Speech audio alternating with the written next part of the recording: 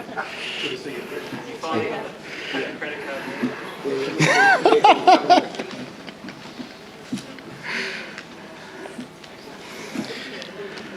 Ladies and gentlemen, thank you very much for coming. First of all, my name's Tom Campbell. I'm the drive announcer at 4RO. We will get into it very, very quickly. I just want to thank a couple of people first who, without them, tonight would not be possible. Dales White, who is our breakfast announcer at 4RO, and the rest of my team back at 4RO. Trish Bowman from the CQ Today and the rest of her team. Livingston Shire Council and Adam for letting us host here tonight at the Yeppoon Town Hall. Levi Appleton for being our videographer tonight. Pat Law Security as well, who is here as well. They're fantastic. And everyone who emailed Trish and myself have been inundated with emails over the past couple of weeks or calls on air. It's been really great to see, and your involvement in this is crucial as well. And also, I'd just like to thank the candidates for being here tonight. This is an important process of the electoral process, and no matter who is a member for Keppel on October the 27th, we wish you all the best. We'll start off with introductions, and the way this will work is when you hear one bell, they'll have 30 seconds left, and then once the full bells ring, that will be time up. So 3-minute introductions. We'll start off with Nigel Hutton, who was lucky enough to be sat first.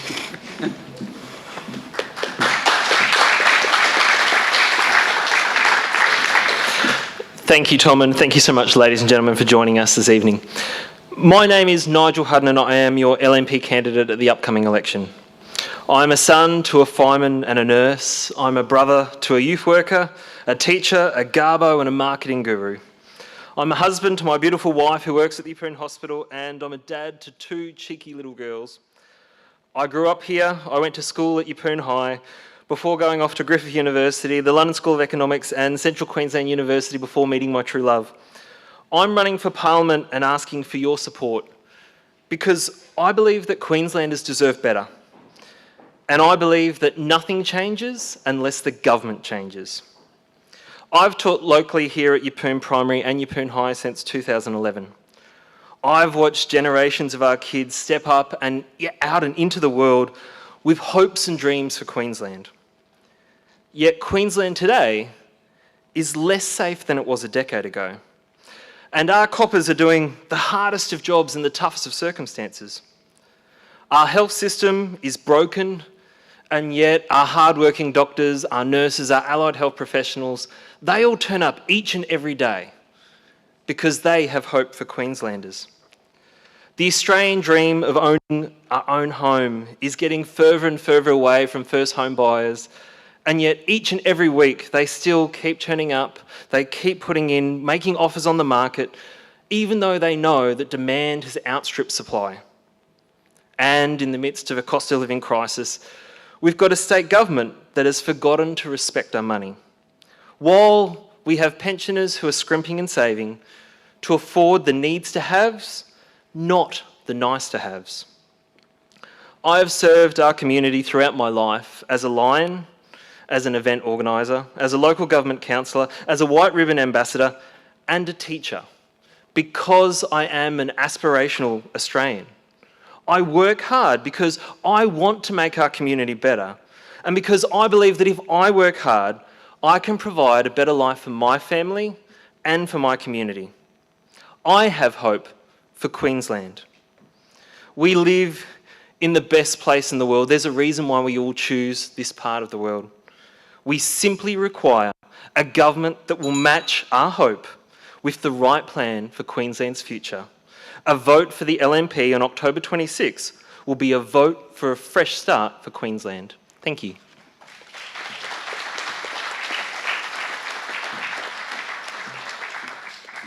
I now invite up James Ashby.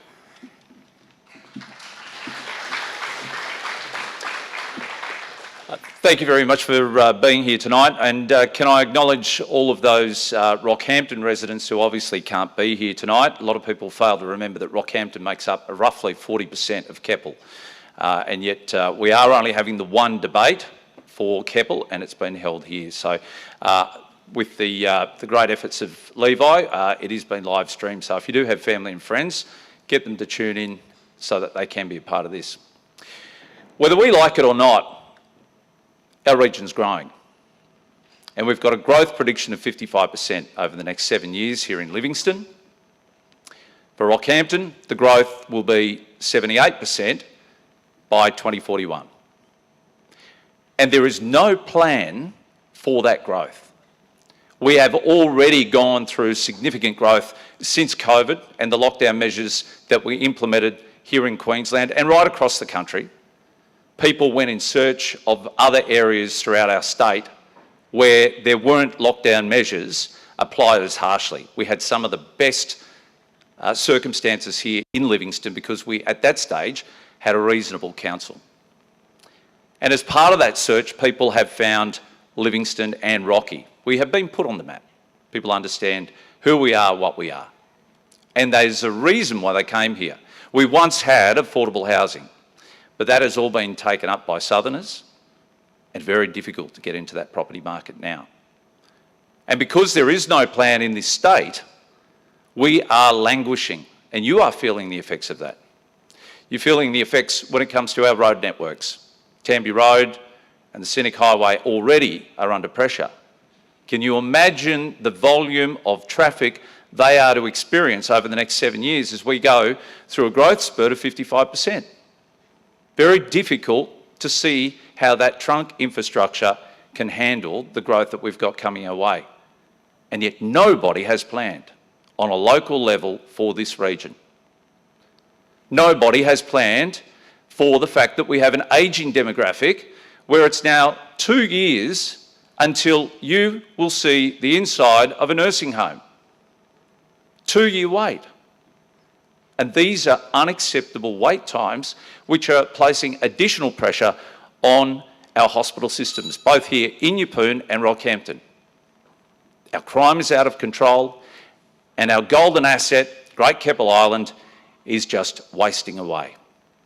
There is no present plan by the two major parties on a local level for Keppel, and that must change on October 26. And I stand here as a minor party who can speak out openly, honestly about the local issues that we require.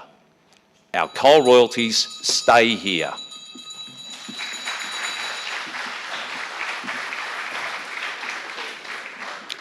I now invite up Roger McWhinney. Thank you, Tom. Thanks, Tom, for organising tonight. Thank you, everybody, for coming. So good day. How are you going? How is everybody tonight? Are you happy? You well? That's what's important to me. More than anything else is your well-being. So, I'm Rog. Put it on the record at the very start, I've been a Christian since the 21st of July 1958, and I persist in that following of Jesus right up to today, and hopefully tomorrow as well. I don't stand before you as some ageing religious hack trying to tick politics off his bucket list. I'm here because I think God wants me to be here doing this for the first time in my life. I had no plan to enter politics as recently as March this year. But in April I saw a video made by the daughter of friends of mine from Perth, and the video was a young woman, still a young woman, telling her story as a survivor of mental illness, 2 abortions, further mental illness, some of it promoted by the abortions, and finally taken care of by a rehab facility in Perth called Esther House, where she spent 22 months recovering from her life experience, which had gone before. So I saw the video and I prayed, and I just said, Lord, I've been a fellow traveller with the pro-lifers, but I've never been an activist. but I think I've got to do more, but I don't know what to do. And so I just left it. But 2 days later, I got an email in my inbox from Lyle Shelton, the leader of the Family First Party, outlining the state of affairs with abortion in Queensland, abortion up to birth, 21,000 termination procedures in the next 12 months, and asking people to be candidates. So I said, yeah, I'll do that.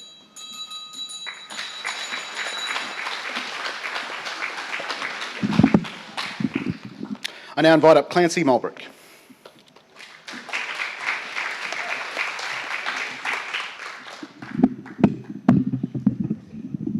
It's a bit of a height difference.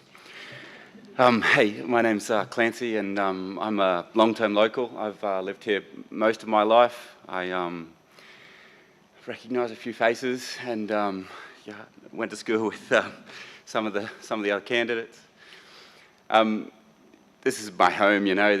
These mountains are where I grew up and where I roamed, and this place is very important to me. And I think we're together, you know. Together we can build and grow, you know. Growth is inevitable. I'm standing for the Greens, and I really believe in the platform that they have provided, which is grassroots democracy and peace and non-violence. Social justice and ecological sustainability.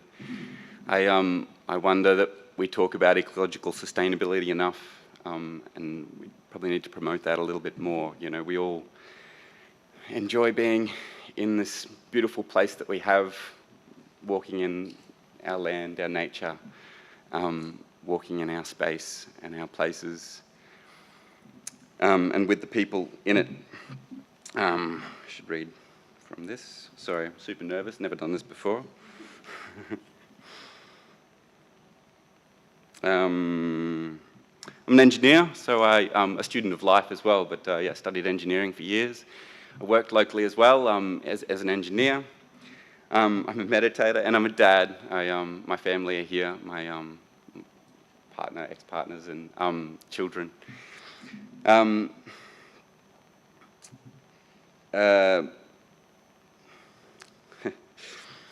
There's issues with climate, there's issues with housing, there's issues with cost of living and health, and some of the old politics didn't produce a plan for dealing with it. Things are tough, and we need to, past political powers have let big corporations rip us off and pocket massive profits. The cost of food, housing, electricity and other essentials is too much, and they've got this way because the past parties have taken huge donations from big corporations. I'm running in Keppel because I care, and with record investment in public housing, public education and public housing, we could turn the tide. Over decades, past elective parties have practiced essential services, privatised essential services and key infrastructure like ports, airports, railways, energy. And they've gotten this government out of business by doing things that matter to everyday people. We're not building public housing anymore. We don't have a public bank anymore. We're putting corporate profits over common good. We need to take it back. We need to take it back into the public hands. It's ours. We own it. We need to build community. Together we can do this.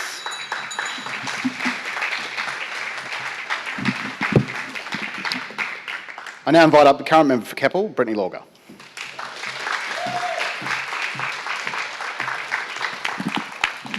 Thanks, Tom. Good evening, everyone. It's wonderful to be here, and thank you to 4RO and CQ Today for hosting this debate. I grew up in Keppel, and now I'm raising my family here, and Clancy's right. It is a beautiful place, and to say that I'm a proud Central Queenslander is an understatement. I'm often telling the other 92 members of Parliament that I'm the luckiest of all of them because I represent the most beautiful electorate in the state. Growing up, my mum, a state school primary teacher, taught me the importance of quality public education for all children to have a great start to life. My dad worked in the building of the state's coal-fired power stations, including Stanwell, and he taught me the value of hard work. Before Parliament, I moved from here to Brisbane to study at university, where I completed a degree in urban and regional planning. And it was while I was at university that John Howard was Prime Minister, and he increased our uni fees by 25% and made big cuts to universities and sacked many of the uni teachers. My mum had always taught me to be the change I wanted to see in the world, so I joined the Labor Party as well as being an active member in the community. I am the only member of my family that's in the Labor Party. My mum's probably more National Party side and my dad's side is probably more Liberal Party, so I'm kind of the black sheep. After I graduated from uni, I worked as a town planner in a small business consulting firm and also in the Department of Public Works and Housing. And it was there that I witnessed Campbell Newman sack 14,000 public servants across the state, including QBuild workers, police, fireys, and 197 hospital and healthcare workers right in this region. I nominated and ran in the 2015 state election because I wanted to stand up for our community and stop the cuts and the sackings. I'm a proud Justice of the Peace, Legacy Legatee, member of the Emu Park Country Women's Association, volunteer rural firefighter, patron of the Emu Park Golf Club, Brothers AFL Club, Yeppoon Coast Guard, and mum to 6-year-old Odette.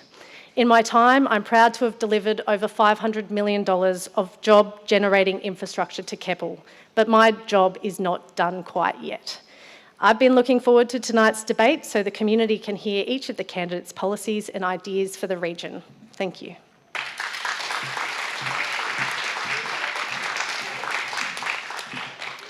Thanks very much to all of our candidates. We will now work like this. We'll start with James now, and then we'll start with Roger for the next question, and so on and so forth. So we'll go around the circle. The first question, I must say the first 5 questions all the candidates have seen. The first question is on the topic of crime, and I will read the question before each candidate responds.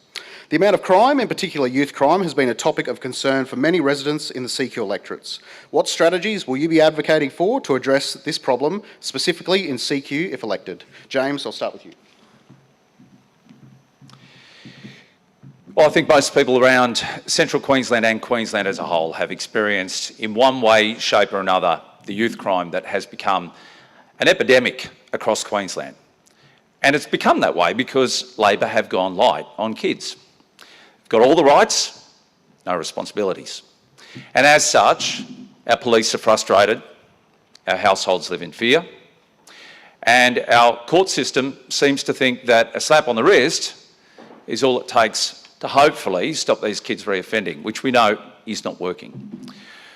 More than 13,000 kids now live in the care of our state government. For whatever reason it is, these kids cannot be with their mums and dads. And that number continues to grow, and each child can cost up to $500,000 each to keep in the state's care. We know that the majority of those kids that are reoffending and creating the heartache for every single one of us in this room and everyone across this region are predominantly from those families.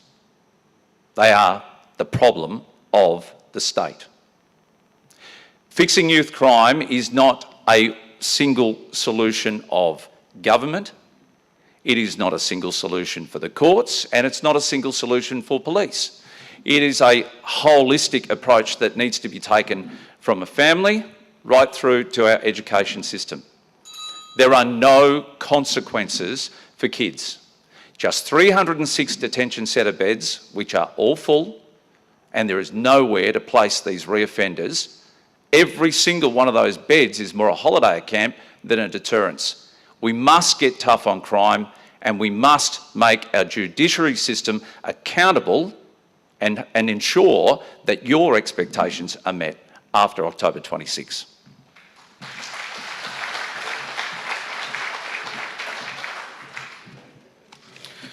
Roger, to you, the amount of crime, in particular youth crime, has been a topic of concern for many residents in the CQ electorates. What strategies will you be advocating for to address this problem, specifically in CQ if elected?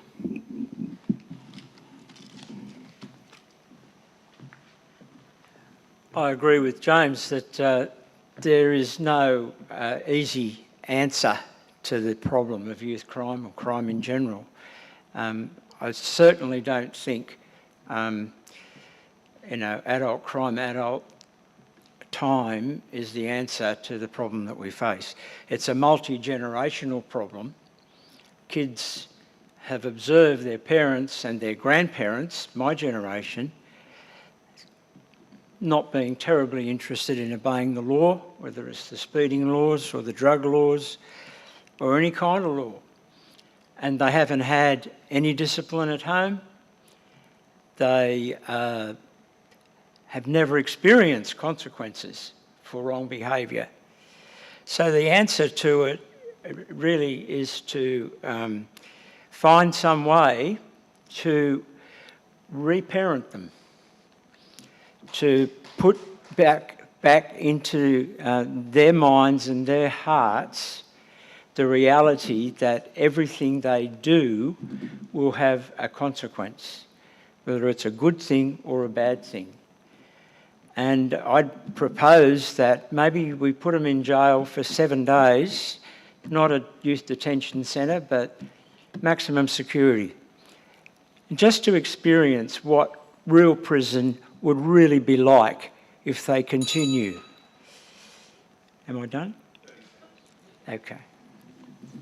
30 seconds, sorry. 30 seconds. After that, I would like to see them in a training camp situation for maybe 6 or 12 months, maybe somewhere up around Shoalwater Bay with no mobile phones or access, and to be retrained in life, maybe given some pre-trade preparation so that they're equipped to be members of society.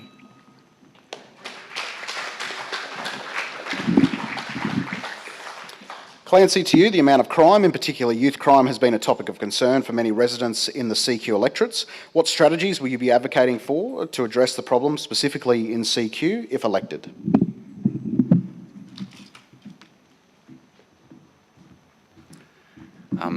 Funding for education, I think, is where it all sort of starts. Youth crime.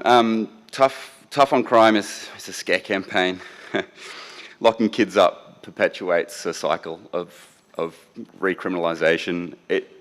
Putting them with people that are criminals already is not a solution that will work. Part of the cost of living, homelessness, we need holistic solutions for this problem. It all ties back into itself. They're troubled. They do need mentorship. They definitely need mentorship. They need people within the community, experienced people within the community to support them. We've all got to do our part. We've all got to open up our arms. The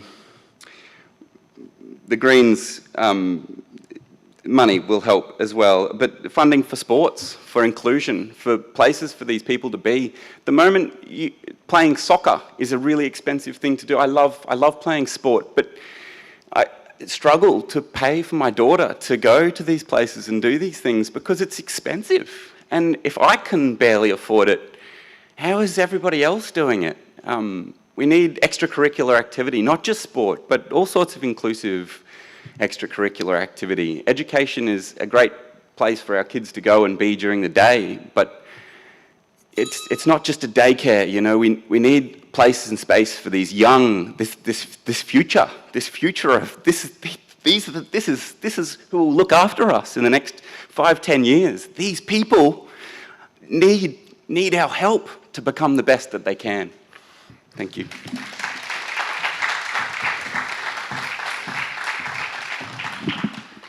Brittany, to you, the amount of crime, in particular youth crime, has been a topic of concern for many residents in the CQ electorates. What strategies will you be advocating for to address this problem, specifically in CQ? Thanks, Tom. First and foremost, my priority has and always will be protecting Central Queenslanders and supporting victims. I meet with victims often in my office, and I understand the impact and trauma that crime has on people's lives, especially because it's affected people in my family as well. And that's why the Miles Labor government has the toughest laws in the nation to tackle youth offending. But this isn't about just tough laws, and you're right, Clancy and Roger and everyone who's spoken already, this does take a holistic approach.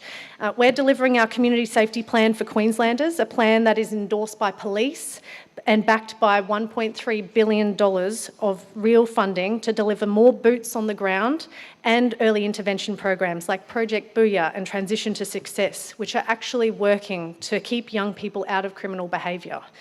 I've fought for and delivered 7 additional police for the Appleton Police Station, including 2 detectives and an additional patrol car, taking the total police at Appleton Station from 12 to 19.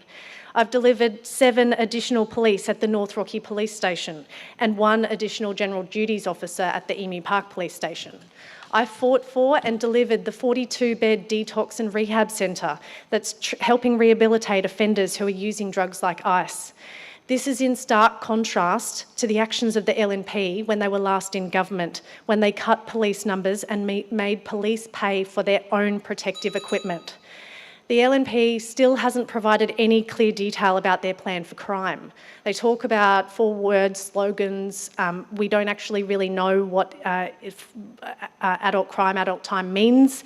I understand that it only applies to murder sentences, so it won't make any difference to break and enter or property offences. Locals, I believe, deserve to know what these slogans actually mean. I visited a youth detention centre in Brisbane because I wanted to see what it was like, and I can tell you that it wasn't pretty, and I wouldn't want any children in our community to have to go through that.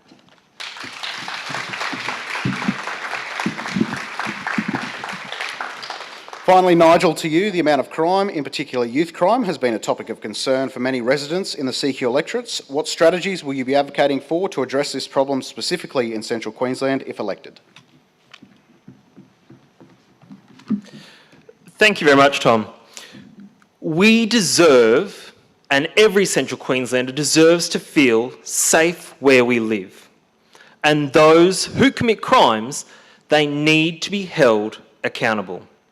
An LNP government will introduce the Making Queensland Safer laws by Christmas this year, because nothing changes unless we vote for change.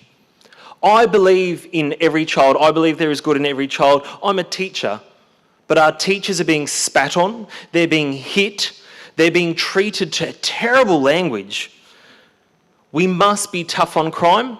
We must be tougher on the causes of crime. The LNP's policy talks about restoring consequences for actions with adult crime, adult time. It talks about gold standard early intervention programs to divert young lives so that they don't start committing crime. It enforces that for 12 months when someone has committed a crime where they need to go away, that there's a rehabilitation program for them, because we don't want this to become a cycle that lasts a lifetime. We will ensure that judges can impose sentences that reflect the community's expectations, because without accountability, there is no change. And we will increase the number of police on the beat. We know just here in our own community that last year we lost 4 coppers in the last quarter of last year. We can increase the number of FTE, but if the police are walking out the door because they don't feel that the job that they are doing is supported, then nothing will change. Last week I was door knocking in Frenchville and I spoke to a man and he said, "How lucky am I, I've not been a victim of crime. My neighbour's been robbed and I put cameras up. But his house had been cased 6 times in the week since he put his cameras up. It's not good enough. We deserve better, and nothing will change unless we vote for change."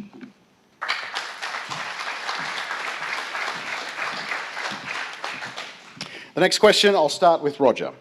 The health system in Central Queensland is under pressure. Whether the point of emphasis be on ambulance ramping or surgery wait times, what will your emphasis for solutions and improvement to the health system be if elected?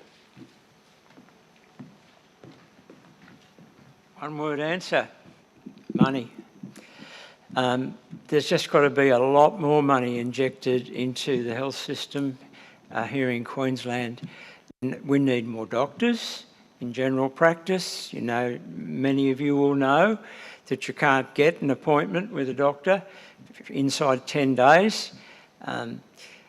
There's a whole raft of stuff there. Health professionals are missing because it's just not lucrative enough and because it's too expensive to set up a practice in a regional area. I don't know whether you're aware of the insurance costs that doctors have to pay, but believe you me, it's half their salary if they're employed. if they're not employed, if they're in business for themselves, then they've got to meet all the infrastructure costs of setting up a surgery. They've got to pay for staff. They've got to put the technology in for communication. It's just incredibly difficult for a guy to set up in medicine in this part of the world. So Yeppoon Hospital is one thing that I'd like to address. You know, there's 4 emergency beds in Yeppoon Hospital. There's no ICU department. The helipad has been bulldozed to make way for a renal unit. Certainly we need a renal unit, but we need a helipad because emergency presentations at Yeppoon Hospital, if they can't be helped straight away, have to go to Rocky. And how would you like to be suffering from a stroke or a cardiac arrest and have to spend 50 minutes in the back of a van to go to the emergency department in Rocky to get some treatment? So honestly, there's just got to be a huge injection of funds into the health system in this part of the world to make our health system halfway adequate.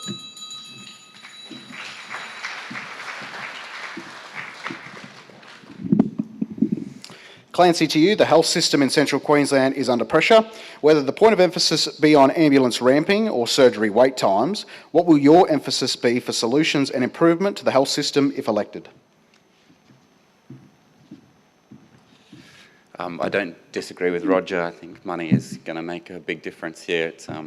Funding is very, very important.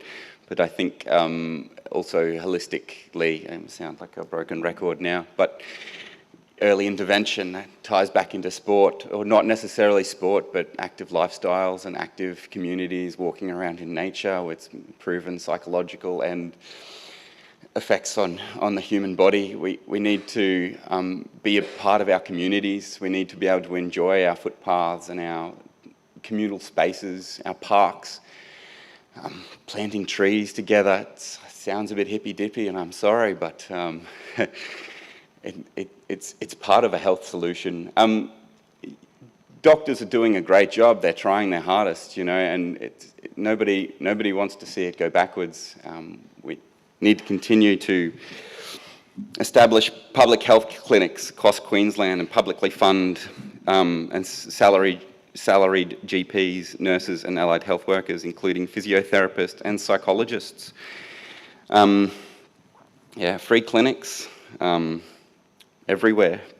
Bulk billing at the moment is incredible. We can't afford even a basic consult with a GP. It costs twice as much as it did 5 years ago. It's hard to see a doctor, and our mental health is struggling. We need to work on this together, and education is an important part of this. Sharing with our community and our friends, and getting into public spaces. Mental health is really important. Thank you.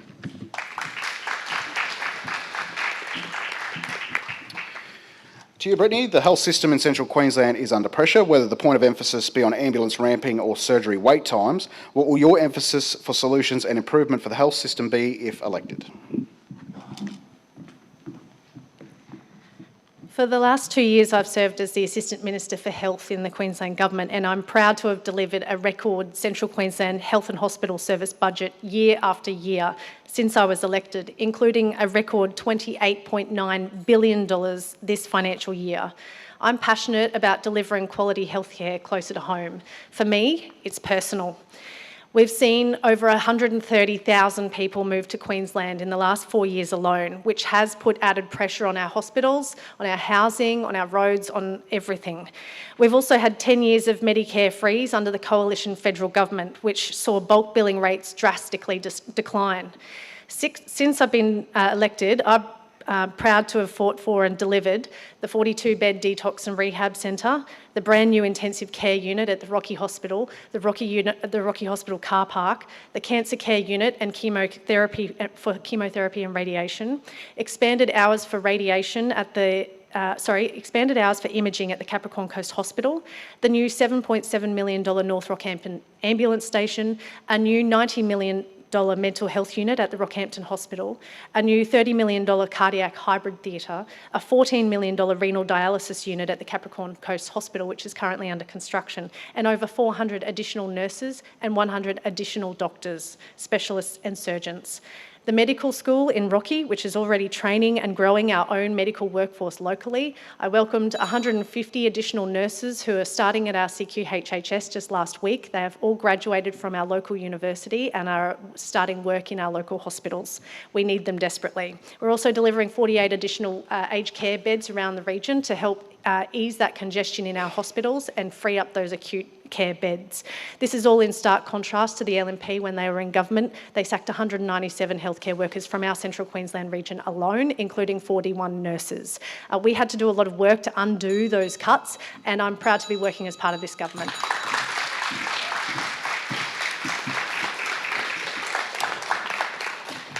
Nigel, the health system in Central Queensland is under pressure, whether the point of emphasis be on ambulance ramping or surgery wait times. What will your emphasis for solutions and improvement to the health system be if elected? Thanks, Tom, and I thought we only had a desperate premier, but we're even claiming things that were done by the LNP at a federal level for a car park at the Rockhampton Hospital and things that haven't even been finished yet. Firstly, we need to acknowledge the scale of the problems here. The lives of Central Queenslanders are every day being affected not just temporarily, but permanently because of the fact that they're having delayed access to healthcare. The chaos and crisis in our health system must end. In talking with the nurses and the doctors, they say it's a couple of things. It's the beds, it's the workforce, it's the ramping, and it's the access to services in our communities that will make all the difference. And, you know, taking good advice from doctors and nurses, maybe it should be our first act that we put doctors and nurses back in charge of our hospital boards, which is the LNP policy. We've committed to the Rockhampton TAFE Centre of Excellence projects because we know that that allows the Southside campus to be available to provide immediate relief to the building pressures of the Rockhampton Hospital campus. We also announced this week the construction of the Academy of Health Sciences here in Central Queensland, the first one in 15 years, because even with the existing facilities, even with all of the wonderful shiny things that may have been promised already, if we don't have the doctors, if we don't have the nurses, if we don't have the allied professionals available locally, we cannot staff them. We have beds in existing facilities that are shut, waiting for doctors and nurses to be around. We want to heal the health crisis. We will not follow the ALP into the introduction of the GP patient tax, which the AMA says will kill bulk billing. We want to ensure that Queenslanders, no matter where you live, get accesses, services and closer to home. Thank you.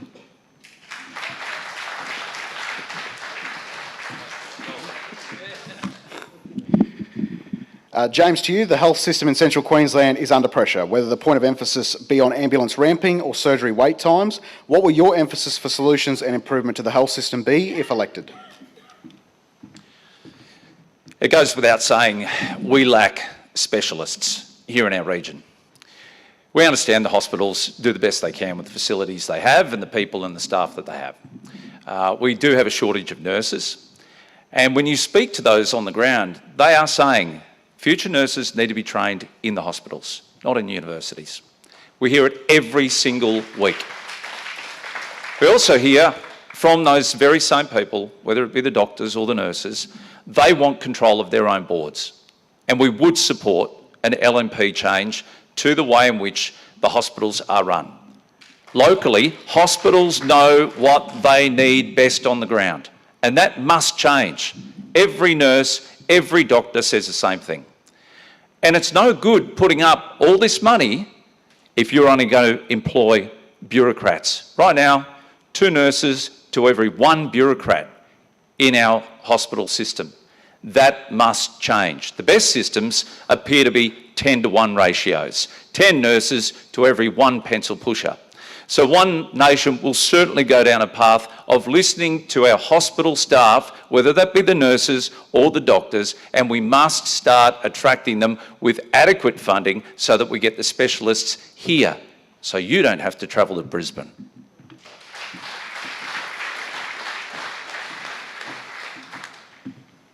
The next question will start with Clancy. We live in one of the many deadly hotspots for incidents and accidents for the Bruce Highway. What will you be advocating for in relation to the improvement of our roads if elected?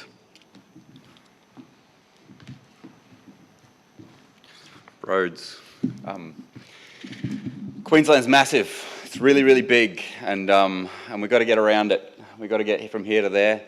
I worked in engineering. I've designed some roads.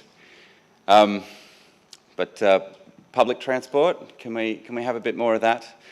Can we get people out of individual cars, possibly, and onto trains, you know, and buses? Cars are dangerous. They're really, really dangerous. Someone told me the other day if they invented motorbikes today, they wouldn't be allowed on the road. And I think the same is almost true of cars. It's an incredibly interesting idea to have two vehicles travelling at 100 kilometres an hour, 2 metres apart. Money may solve this problem, but I think a redesign, possibly of the system of roads and how we think about moving people around. Roads are sorry, I'm not winning anyone over with this one. It's not my favourite topic. I can only speak from the heart here.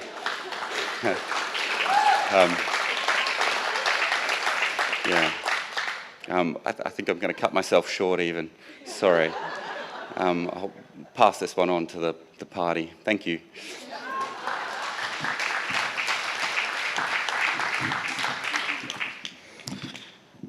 Brittany, we live in one of the many deadly hotspots for incidents and accidents on the Bruce Highway. What will you be advocating for in relation to the improvement of our roads if elected? Thanks, Tom. Just quickly, the Rocky Hospital car park, a $21 million project, $7 million delivered by the federal government, $14 million proudly delivered by the state Labor government. And if you're talking about nurses to bureaucrat ratios, if you want to call wardies, the cleaners, the gardeners, all of those people who make up hospital systems bureaucrats, so be it, but they don't like it. Tom, your question about the Bruce Highway. The Bruce Highway is critically important to all Queenslanders, to our economy, tourism, agriculture and industry. And it's absolutely critical that our roads are safe and reliable. Right now, we have $6 billion in joint funding with the federal government in projects along the Bruce, including the $1.7 billion Rockhampton Ring Road, which is under construction.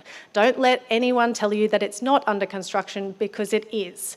We are investing $1 billion on the inland freight route, also known as the Second Bruce, which is an inland route which will take heavy vehicles off the Bruce Highway and make it safer for everyone. It's a 1,185 kilometre route freight corridor between Mungindi on the Queensland-New South Wales border and Charters Towers in the north. That will take trucks off the first Bruce and put them on the second Bruce. And there's $107 million worth of works on this critical freight corridor, which are currently under construction now. We've invested $500 million in our beef road corridors. Locally, I'm proud to have fought for and delivered the $160 million Northern Access upgrade at Parkhurst, the $120 million Yeppoon upgrade, which is under construction currently, the $21 million overtaking lanes upgrades on Emu Park Road, and the $1.7 billion Ring Road. The last time the LNP were in government, they didn't build anything on the Bruce. In fact, they cut $1.6 billion from the roads budget. And to make matters worse, not a single cent was spent on Yeppoon Rocky Road or Emu Park Road. Instead, it was spent on Panorama Drive. I believe that we need to invest more in roads.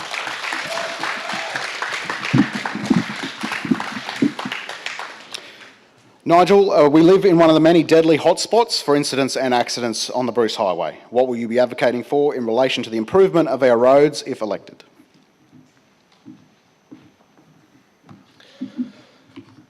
Unfortunately, it's too little too late for all those who've lost their lives in the last 12 months and in every year prior.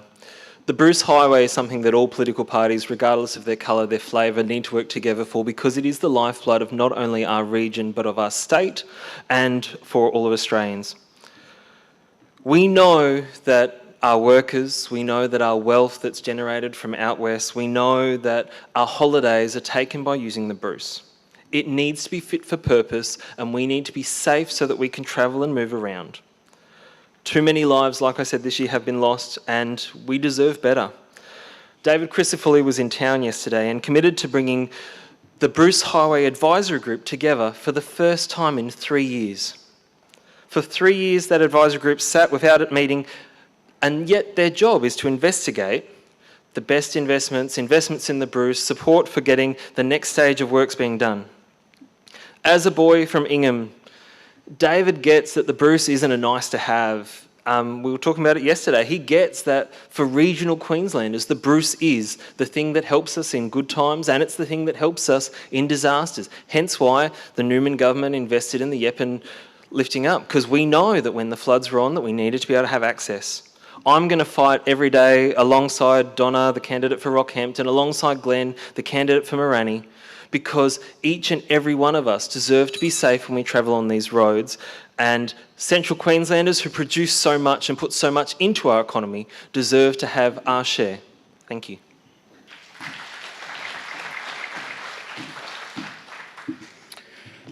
James, we live in one of the many deadly hotspots for incidents and accidents for the Bruce Highway. What will you be advocating for in relation to the improvement of our roads if elected?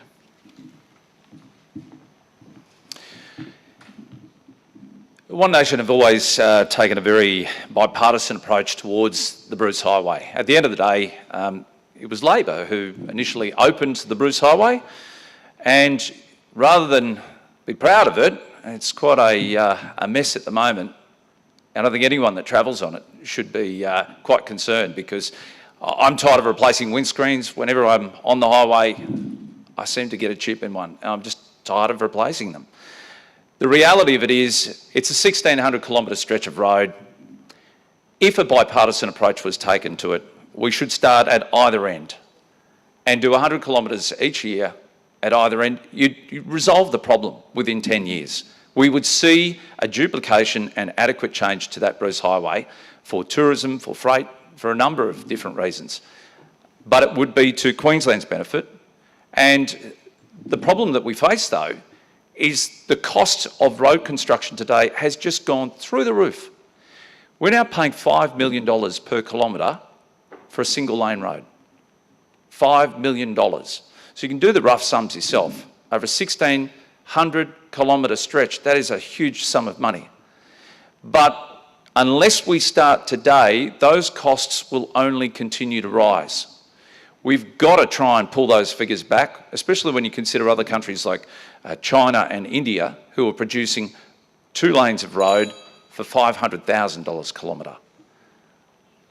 Significant differences. So the bipartisan approach must be taken. One Nation will certainly work with any party who's prepared to take that approach, and we get that Bruce fixed once and for all.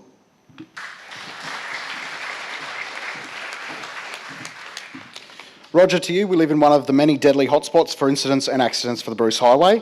What will you be advocating for in relation to the improvement of our roads if elected?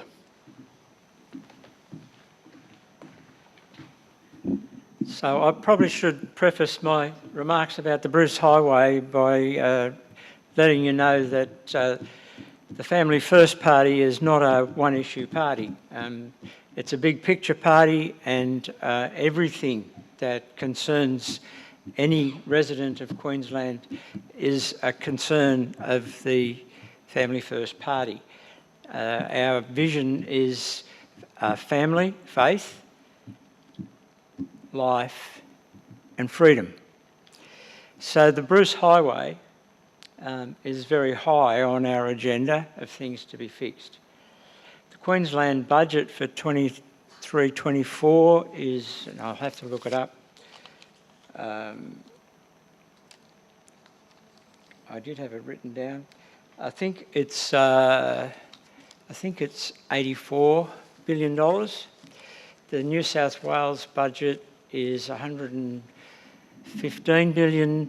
The Victorian budget, I think, is $97 billion. As long as I've been in Queensland, the last 14 years, I've heard the mantra over and over and over again about every problem that Queensland faces, whether it's palliative care or the Bruce Highway or anything else, is Queensland can't afford it. But you know, in New South Wales, or say from Victoria, I can drive on a 4-lane divided roadway from Melbourne to the New South Wales border. I can go on the Hume Highway on a 4-lane divided roadway to Sydney. I can go from Sydney to the Queensland border on a 4-lane divided roadway that only goes through Coffs Harbour. It's the only town left that doesn't bypass.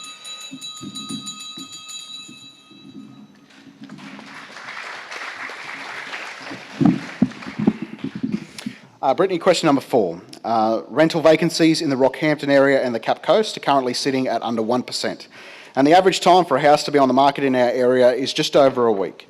What will you be advocating for if elected to Parliament to improve the housing supply in the electorate? Thanks, Tom. Just on the Bruce Highway Advisory Group, it has met a number of times, and they have recently provided their recommendation to the Minister for Transport and Main Roads. And that's why they haven't met again since, because they've made their recommendations and those projects are now being committed and funded and underway. With respect of housing supply, I absolutely will be. And as a town planner, this is right in my wheelhouse. I speak to people all the time who tell me it's getting more and more tough to keep a roof over your head. Stephen Miles and Labor have a vision to deliver 1 million more homes, including 53,500 social homes, and I will be advocating every day to get some of those in Keppel. Our Homes for Queenslanders plan is already supporting community housing providers across Queensland to help increase supply. By increasing housing supply, we can reduce pressure on prices and improve affordability, and we won't leave those people doing it tough behind while we build. We will deliver unprecedented support for the frontline workforce who look after the vulnerable and make sure renters are given a fair go. This plan is about people. It's about the nurse who wants an affordable place close to the hospital where they work. It's about the couple saving for their first home, the retiree looking to downsize in the community they love, and the person who has fallen on hard times and needs a hand up to make ends meet. Locally, I've fought for and delivered changes to the Planning Act to make subdivision easier to increase supply. More than $10 million for our region's specialist homelessness services such as Rosebery and Anglicare. Double the number of Rent Connect officers in CQ who assist people to find a private rental. More public housing, including the new unit development on Ivy Street West. But let me be clear, this is all at risk under the LNP, who cut social housing construction program by 90%. And sent housing backwards in Queensland by 428 homes. We know there's more to do, and that's why Labor is getting on with the job so that every Queenslander has a place to call home.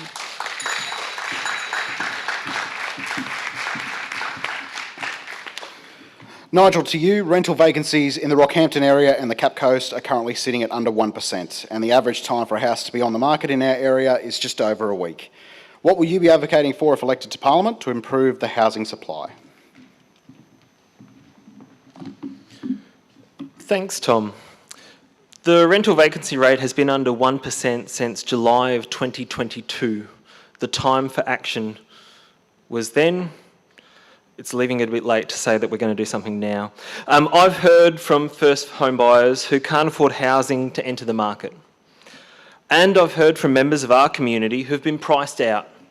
As the market's grown, as we've had the growth that James spoke about, they've been priced out of living in a community that they've dedicated their life to. The LNP are committed to working on the supply side. We want to develop communities, we want to allow people to continue to live in their community with mixed mode residential. And so we've dedicated $2 billion for the Housing Infrastructure Fund, which is to be used in partnership with our councils, which is to be used in partnership with not-for-profits and the sector, because we want to bring more supply to market as soon as we can to support these people that have already waited way too long. We do not want to burden communities with the costs of intergenerational debt, and that's why a government that's led by David Crisafulli will invest in this for Queensland. Queenslanders deserve the chance to own their own home. One of our first steps in this realm is the $61 million project that we've worked with at CQU, where it could develop up to 500 lots for mixed-use development, but also a commitment with CQU to add an extra 300 tradies into the mix every single year, because you need supply and you need the builders. We all know how hard it is to get a builder today. So we need to do both sides of that equation, and the LNP has a plan for Queensland's future.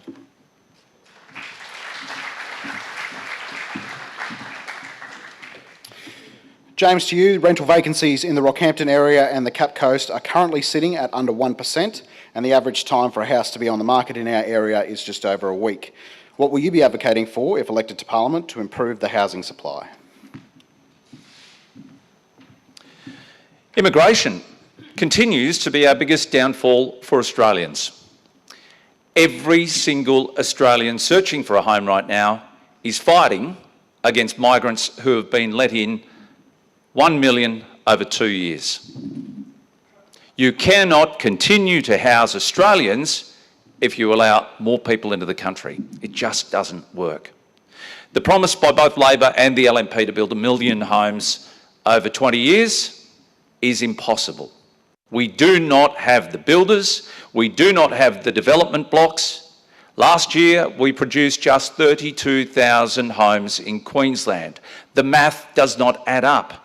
And until we produce more homegrown builders, electricians, plumbers, all those trades here, we will never meet the expectations of those looking for affordable housing. They are lying. And until we make some real harsh calls on immigration, stop foreign ownership, stop people being allowed to buy homes that you are fighting against. They're coming here with money. They're not coming here with empty pockets. And that's what's destroying our ability to house our own people. One Nation have provided a very strong plan when it comes to providing apprenticeships. 75% is subsidised for the first year apprentice, 50% for a second year apprentice, and 25% for a third year apprentice. We have delivered that on a federal level, with 1,200 taking up that in just 3 weeks. It is a success. We can grow our homegrown apprentices and create tradespeople who will build homes for the future for all Australians and Queenslanders.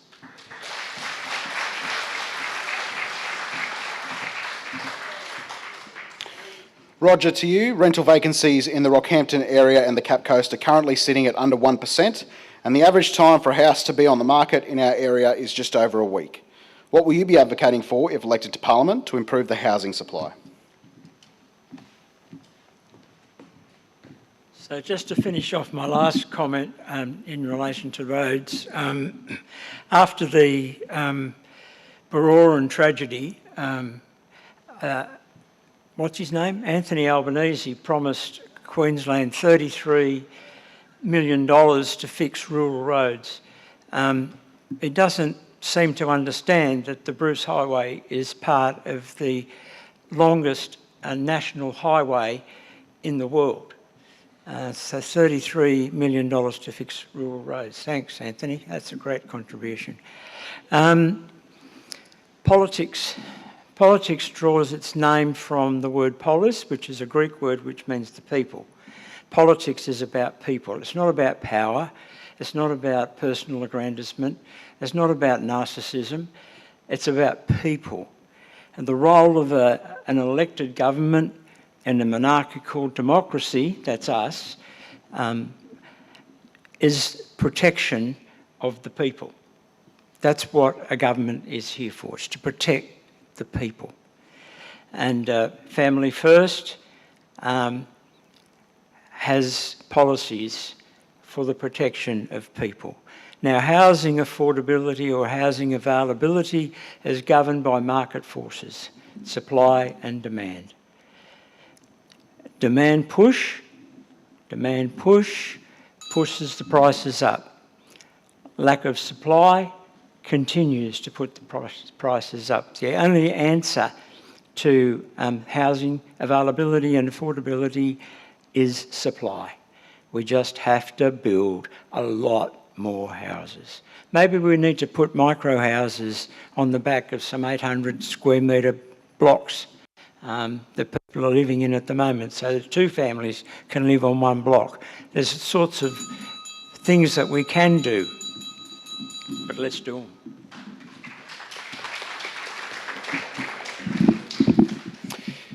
Clancy, to you, rental vacancies in the Rockhampton area and the Cap Coast are currently sitting at under 1%, and the average time for a house to be on the market in our area is just over a week. What will you be advocating for if elected to Parliament to improve the housing supply? I'd like to touch briefly on the tete-a-tete between the major parties, which is a fascinating concept that I didn't think would be such a great part of this debate. The Greens have never been an elected party in Queensland, and in state politics we don't have a... And maybe Keppel could be the first time that the Greens could deliver on a state, a promise. There's a policy for public banking, so we'd like to take back ownership of the banks. We'd like to put money back into our own hands. We don't. It's interesting that there's an influx of immigrants. It's not an issue that is going to be a big problem if we can come together as a community and build these houses together, take back these houses, instead of individuals owning lots of houses, certain individuals owning lots of houses. We could own these houses together. Property could be something that's the people's, and it's a beautiful point over here. Housing is a problem. It's a big problem. We're all renting. We're all renting off other people. We're all paying way too much to rent off other people. We need to take back ownership of the places where we live. Where we live is so important for stability, for raising our children, for how we take ownership of our lives and the places and spaces that are dear to us. We need to take it back. It's the people's. Thank you.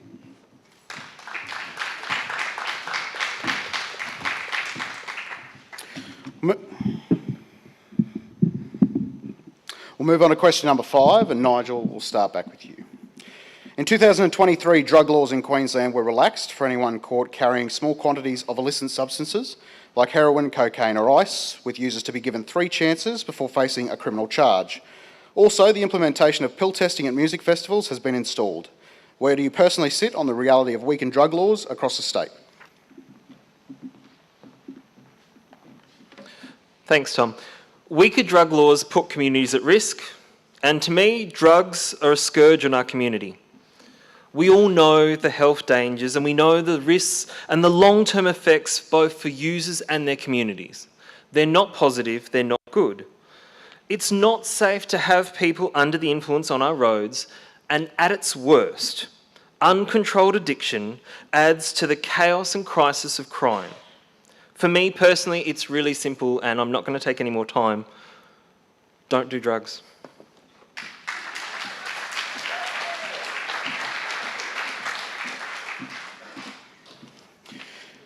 James, in 2023, drug laws in Queensland were relaxed for anyone caught carrying small quantities of illicit substances like heroin, cocaine or ice, with users to be given 3 chances before facing a criminal charge. Also, the implementation of pill testing at music festivals has been installed. Where do you personally sit on the reality of weakened drug laws across the state? Personally, I agree with Nigel. Drugs are the scourge of society, and they harm families. We've seen domestic violence rates rise. Alcohol only makes up 14% of domestic violence cases. Drugs make up an even higher number. We have seen the scourge of drugs enter so many homes and affect the mental well-being of not just our kids, but adults as well. And those numbers just rose over the COVID period too. I cannot believe a Labor government would implement a drug testing, pill testing facility at festivals when we have rape cases, even here locally, that are still waiting 6 months on for forensics testing. And do you think it is more important to test the drugs of partygoers than look after victims of crime, when we should have those cases prioritised over druggies? No more drug pill testing. That I can take to the bank if I'm elected. It'll be gone.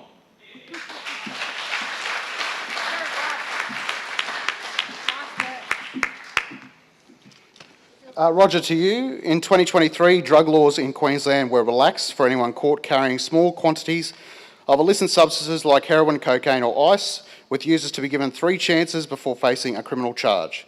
Also, the implementation of pill testing at music festivals has been installed. Where do you personally sit on the reality of weakened drug laws across the state?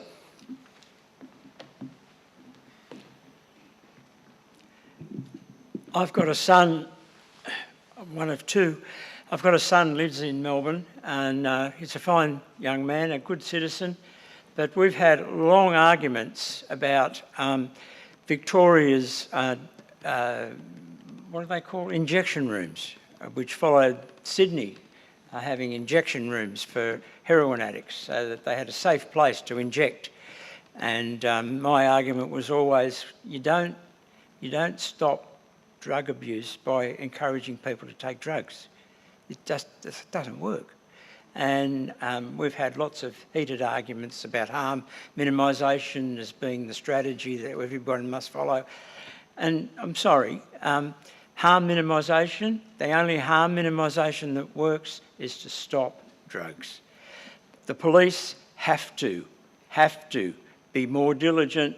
That means we need more police, because we need a drug squad here in this town to track down, pursue and stop the drug industry. It has to be stopped. And I agree with James, pill testing is ridiculous. The only pill testing that should go on at music festivals is every participant should be strip searched to make sure they're not carrying drugs.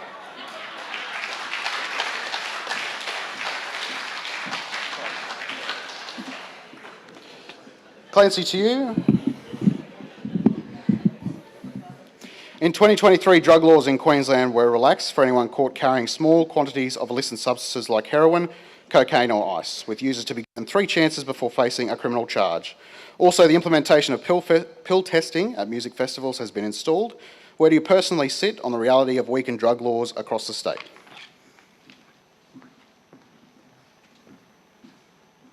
This is such a tragic topic. Illicit substances, illicit drugs are a problem. You know, it is a problem, and it needs some very, very serious looking at.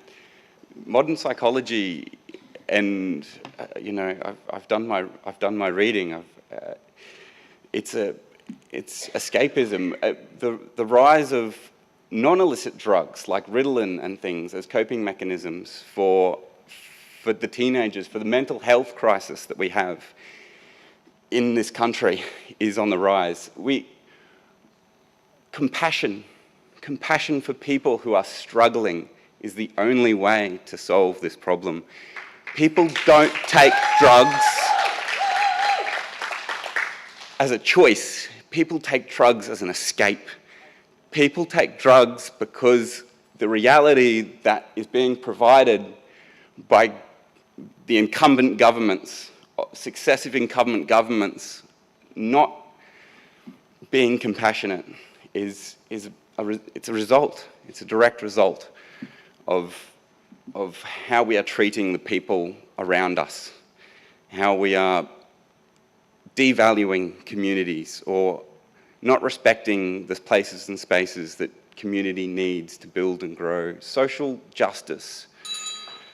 We need so much love to solve this problem. Criminalisation, countries around the world are decriminalising. The science is in. It does not work to perpetrate this as a crime.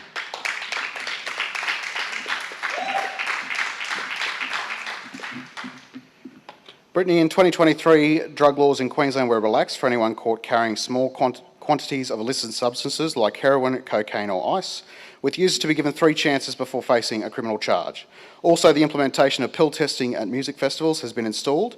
Where do you personally sit on the reality of weakened drug laws across the state? Thanks, Tom. And it hasn't been decriminalised. Police, instead of targeting people with small amounts of drugs, are now going after the dealers. Illicit drugs have serious impacts, not only on the individuals who use them, but also on the community. Problematic drug use costs Australia an estimated $12.9 billion across the healthcare system, justice system, and lost productivity in the workplace. The QPS, the Queensland Police Service, maintains specialist units across the state to target serious and organised crime, including serious drug offences. The QPS Drug and Serious Crime Group prioritise organised crime investigations into high-threat criminal networks trafficking drugs into or within Queensland. The QPS has been successfully diverting people for minor cannabis possession for over 20 years.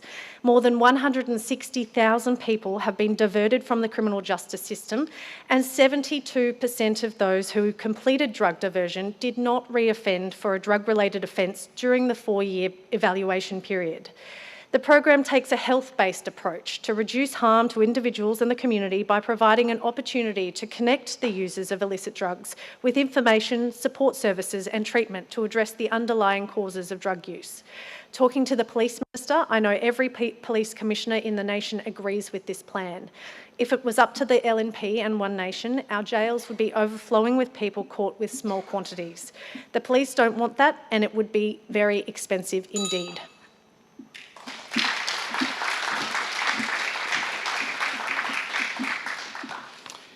The next 5 questions are questions from the community, whether they be emails to myself or Trish over the past couple of weeks, calls to me on air or tonight. The first one, I'll start with James. We've seen a lot of small businesses close over the past few years due to rising costs of operating. What will you support that will assist local business?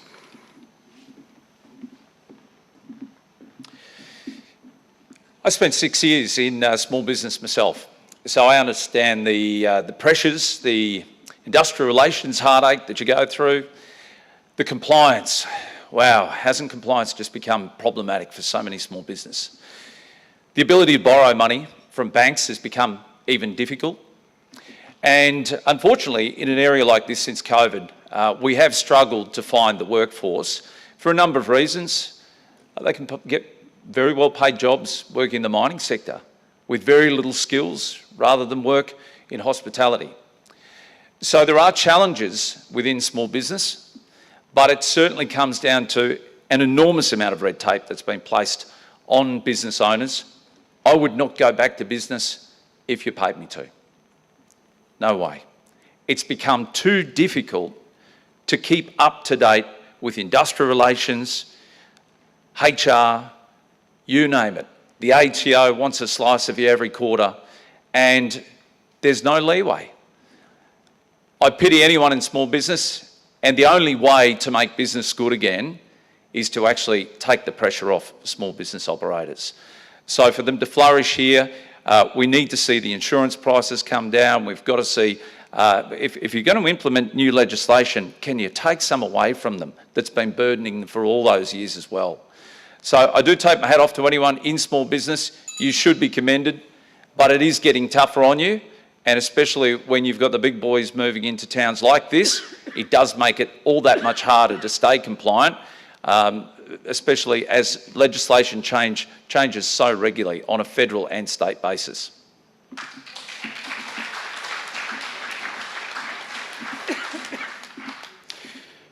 Roger, to you, we've seen a lot of small businesses close over the past few years due to rising costs of operating. What will you do that will support local businesses in the electorate?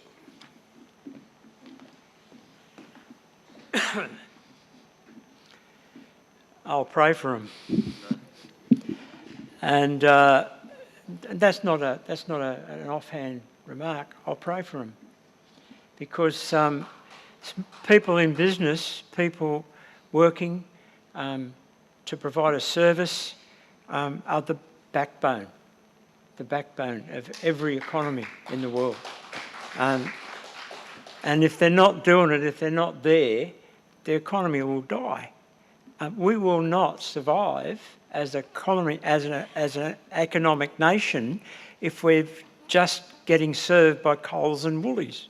Believe me, we won't. I'll pray for them.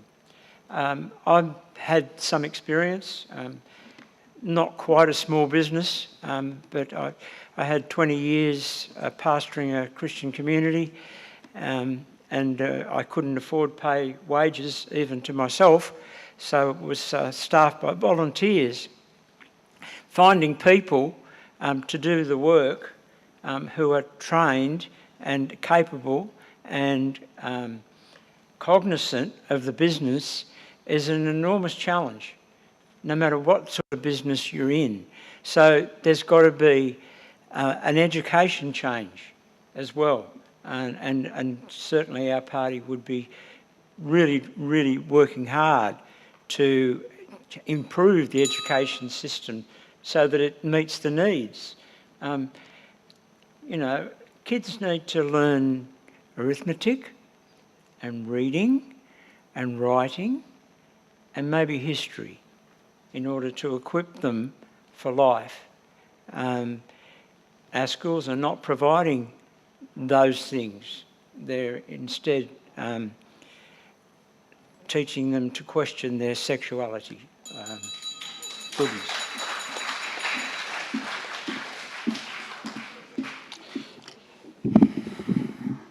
Clancy, to you, we've seen a lot of small businesses close over the past few years due to rising costs of operating.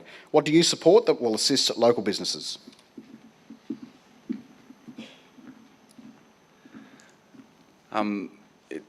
Local businesses need our support. We need to shop locally. We need to use local services. We need to walk our streets.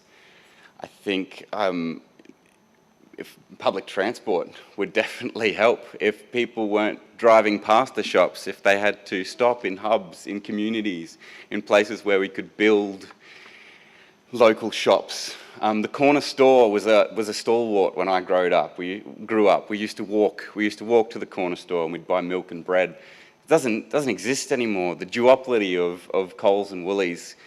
Big business can pay for access to government. Money talks in a way that people don't have access to unless they vote. Unless they vote, you can vote. We can use, the people can join together and vote to be a community again, to have small people here and there and to support each other instead of just going up the chain continuously to big business. Yeah, we need locals. Cap the prices of essentials like bread and nappies. We need Coles, the duopoly of Coles and shoppers, farmers by legislation. Farmers are really struggling.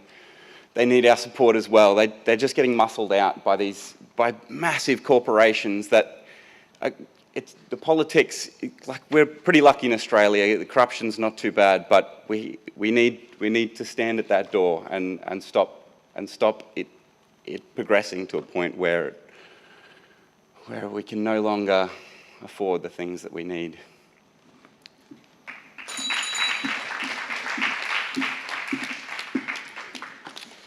Brittany, we've seen a lot of small businesses close over the past few years to the rising costs of operating. And what do you support that will assist local businesses?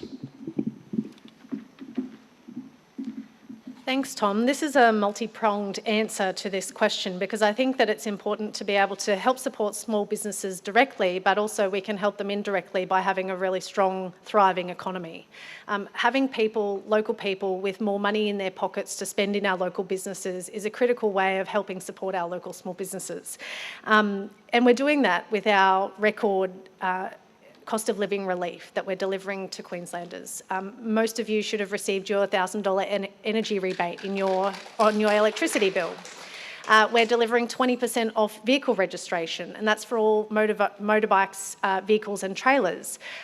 These are ways that the government can help reduce the cost of living and put money back into the pockets of Queenslanders that then Queenslanders can go and spend in our local small businesses. We have introduced the Buy Queensland policy in Queensland, a policy that I personally fought for and am really pleased to see rolling out. That's a policy where we have changed the procurement rules in Queensland, requiring local businesses to be prioritised when it comes to government procurement. And in Central Queensland, we've seen over $300 million of contracts awarded to local businesses right here because of that policy. That was not supported by the LNP, it was not supported by One Nation, and we had our federal the government at the time, the coalition, voting against this particular Buy Queensland policy because they said it would threaten our foreign trade agreements with China.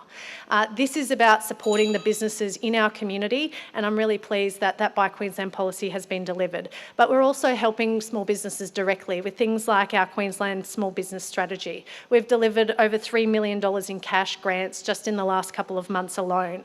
The 20% vehicle registration discount also applies to small businesses as well. It doesn't matter the purpose of the vehicle. You can actually still have a small business use that vehicle and have the 20% vehicle discount as well. But also having a strong economy with a low unemployment rate is a way that we can help our small businesses.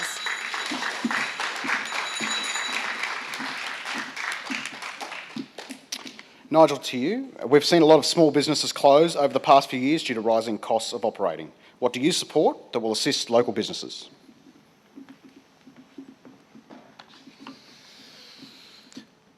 Small business is incredibly important, and our small businesses, both Shop 4703 and beyond, deserve our help. Small businesses locally provide our jobs for our young people. They provide the first opportunity for people to grow their skill base, and they give and they give and they give for their community.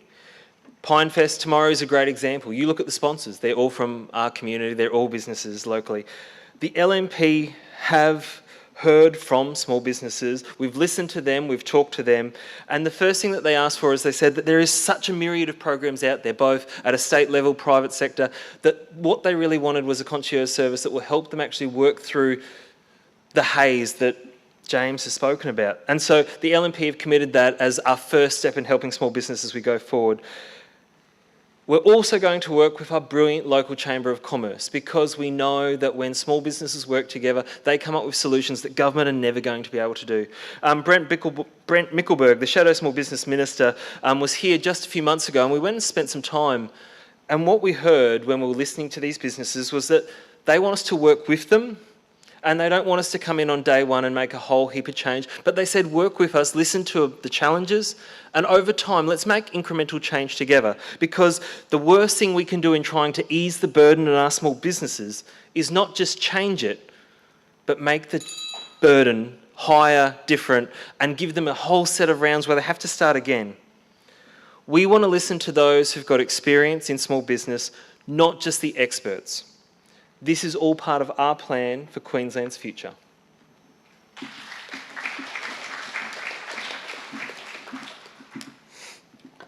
The next question will start with Roger. Great Keppel Island has been doing it tough since the former resort closed over a decade ago. This has put pressure on island operators and the local economy. Some works have commenced, but there is still a lot to be done to bring the island infrastructure, such as water, sewerage, waste and access, up to par and encourage more visitors to the region. What is your plan to ensure there are no more delays in ensuring vital works are completed in a timely manner?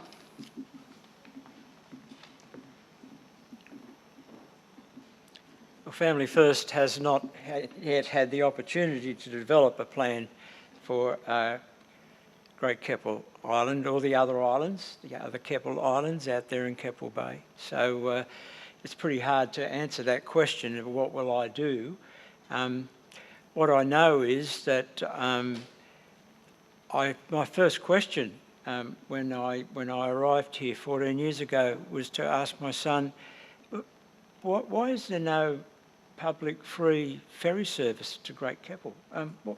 And where's the train from Rockhampton down to Yeppoon so that tourists can get here easily to get to Great Keppel? Or, you know, there's so many things that have to be done, and certainly if we're ever in government, Family First, then we'll do them. Because Great Keppel, it beats the Sunshine Coast hands down as a tourist destination, and it's a beautiful place, and it deserves to be enhanced and to be allowed to really flourish as a natural environment deserves. That's part of our mandate as human beings, to cultivate, to care for the environment that God's given us to live in. So we would do our utmost for Great Keppel.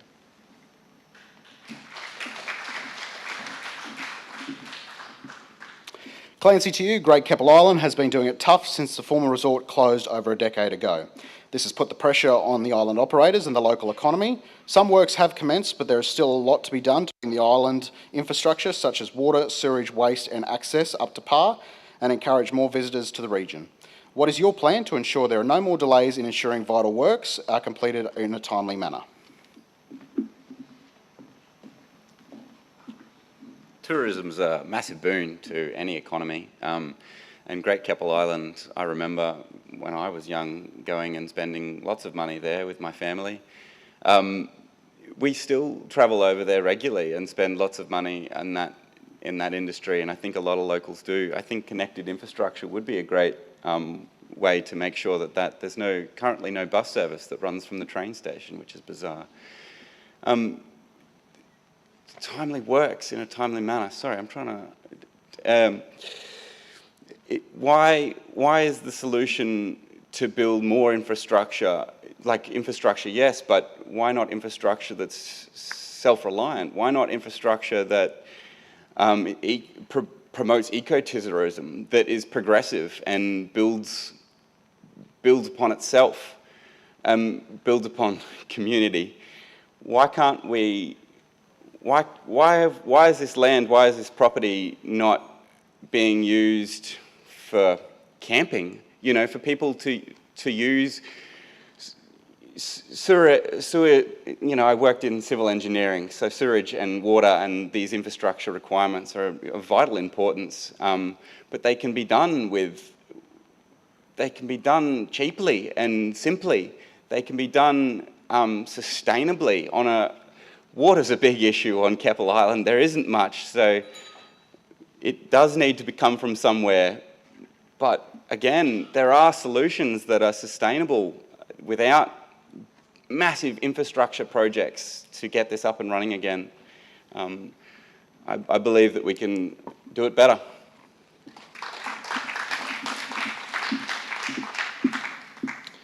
To you, Brittany, Great Keppel Island has been doing it tough since the former resort closed over a decade ago. This has put the pressure on the island operators and the local economy. Some works have commenced, but there is still a lot to be done to bring the island infrastructure such as water, sewerage, waste and access up to par and encourage more visitors to the region. What is your plan to ensure there is no more delays in ensuring vital works are completed in a timely manner? Thanks, Tom. Great Keppel has done it tough since the resort closed, and this has been something that I've been working on for quite some time. It has been tricky, but since the state government took back the leases from Tower Holdings last year, we now have the levers back as a result of the land being back in state government hands, in public hands. We developed a master plan which was released earlier this year. In the past, we've had the beck and call of developers who have come in and put their plans out there, and then there's been a revolving door. But now that the leases are back in state government hands, in public hands, we've been able to develop a master plan, and that was done in collaboration with over 50 stakeholders of island residents, tourism operators, the ferry operators, tourism organisations on the mainland, the council, state government agencies. Everyone came together, and over a 12-month period, we developed a master plan with a common vision. And what I love about this master plan is that it's been community-led, that this is our vision and it's our plan for the future of the island. That master plan identified a number of key priorities, including the important need for infrastructure on the island, like a sewage treatment plant. That is critically important. The old sewage treatment plant on the island, it's ageing, it desperately needs upgrade, and so part of the funding that is allocated for improvements to infrastructure on the island will be going towards a new sewage treatment plant, which Livingston Shire Council is delivering. We've just signed an infrastructure agreement with them. There'll also be a beautiful new arrival plaza, which the council will be consulting with the community on soon. At the markets, you'll be able to see those plans. There is a positive day. I do believe that Great Keppel Island's best days are still ahead of it, and I'm looking forward to delivering the master plan in collaboration with the community and with the funding that we've got allocated by the state government.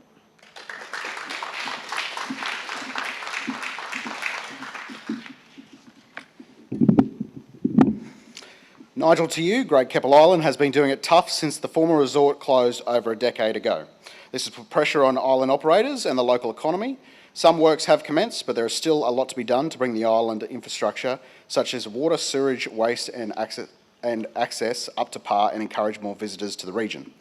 What is your plan to ensure there are no more delays in ensuring vital works are completed in a timely manner?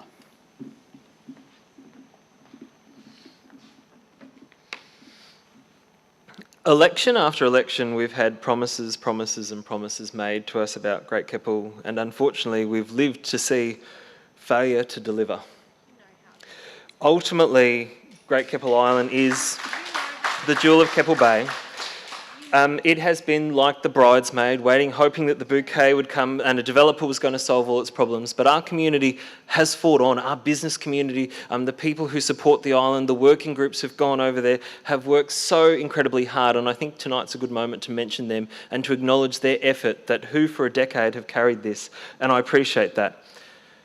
I will fight every day to make sure that the master plan that has come along, that we know has very ambitious projects, gets the funding that it needs so that Great Keppel Island is advanced. The people of Central Queensland know that we have fantastic premier tourism product. We have beautiful natural wonders that we want to share with the world. But at the moment when we go across to Great Keppel, it's not safe. The signage is needed, there's more shade that's needed, the walking tracks are needed, the sewage and water needs to be sorted, electricity. But it comes down to us having a really honest conversation, and that honest conversation is about how many people do we want on Great Keppel Island on any given day? Because if we're looking to have 500 tourists, well then that's a certain amount of need. If we want to have 1,000 people there, and if you're someone who dreams extraordinary dreams beyond what is probably the general consensus of our community and say it's 10,000, then you need to make sure you've got the infrastructure for it. Whatever our community's decision is, our master plan needs to be delivered to meet that, and I'm committed to working hand in hand with our council. The state government hasn't been able to get its departments together, but I believe that the local council is going to work to make sure that they can deliver on the promises that have been made lately, and I look forward to working forward each and every day so that we can complete for generations to come, that every single one of us can access Great Keppel and enjoy the lands that we have all shared with our families.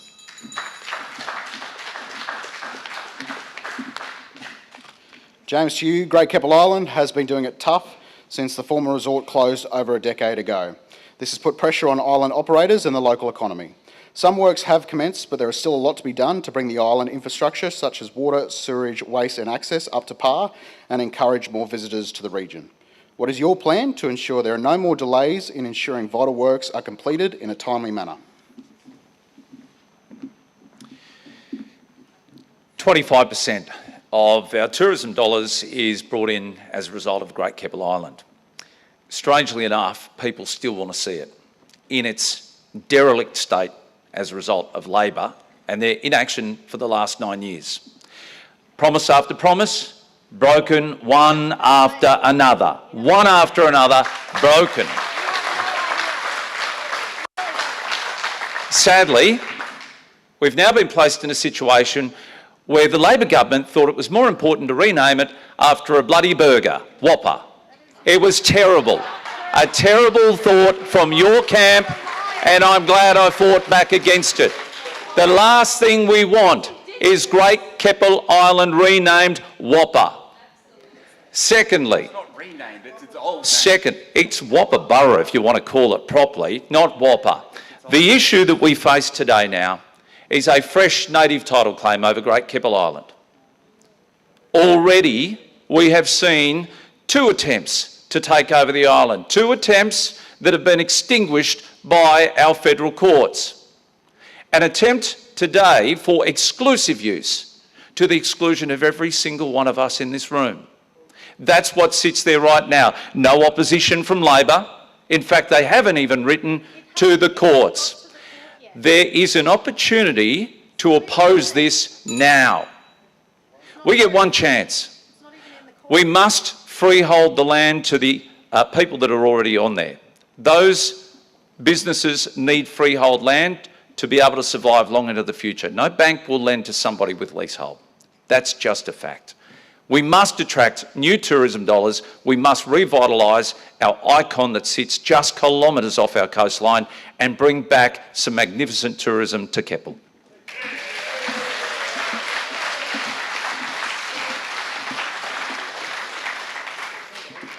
Clancy, we'll start the next question with you. Both the LNP and Labor have legislated 75% emissions reductions by 2035. Is this legislation achievable, and what will the impact on our region be? What is your view, and how is it attainable?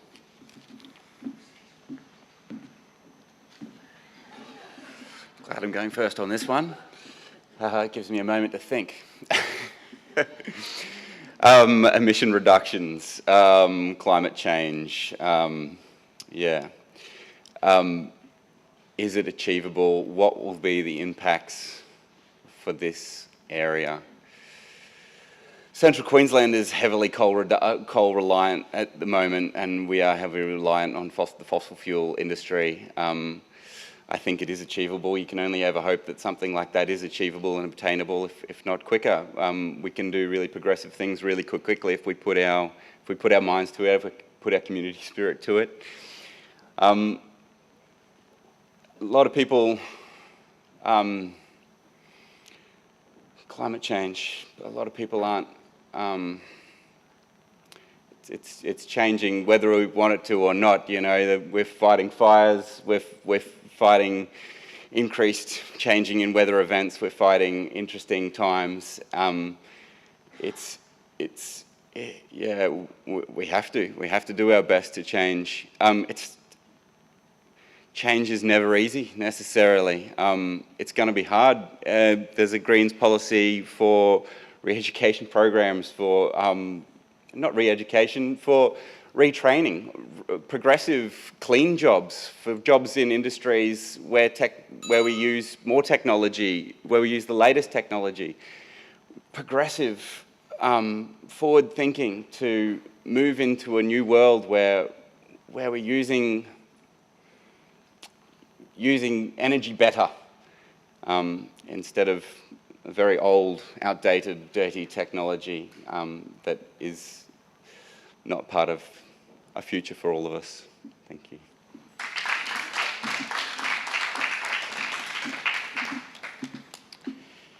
Brittany, to you, both the LNP and Labor have legislated 75% emissions reductions by 2035. Is this legislation achievable, and what will be the impact on our region be? What is your view, and how is it attainable? It's a great plan. We legislated the Clean Economy Jobs Act in April this year, and I was really pleased that both the government and the opposition supported that legislation. We have released the Queensland Energy and Jobs Plan, which is the government's plan going forward for clean energy and jobs, and I can tell you that our region is really set to benefit from this. It's a $62 billion plan, and 95% of the investment in that plan will actually be spent in regional Queensland, and we're already seeing jobs coming to our region as a result of this. I was at All Industries Group in Rocky just the other day, a manufacturing business there, and they are already starting to employ more people to start manufacturing in renewables, and they are just growing. They've started here in Yeppoon. They had 30 full-time equivalent staff, and they've moved to Rocky because they outgrew their site here, and they now have over 70 full-time employees working at that site. So I know that we are right on the cusp of great things in our region as a result of our energy and jobs plan. I'm a power station kid, so my dad was involved in the construction of Tarong at Kingaroy. We moved to Billawheeler because he was involved in the construction of Callide, and then here for Stanwell. And I'm really excited to be part of the next generation of energy in Queensland as we deliver the energy and jobs jobs plan. It was launched back in September 2022, and it basically outlines how Queensland's energy system will transform to deliver clean, reliable and affordable energy to provide power for generations. I was at Stanwell with the Premier yesterday. We have given a job guarantee to all of those staff working at Stanwell. That will be a clean energy hub that not only provides coal-fired power, but also they're looking at hydrogen, renewables, batteries, a whole range of different energy options, because this is the way the world is moving, and I'm really excited that Queensland's moving with it.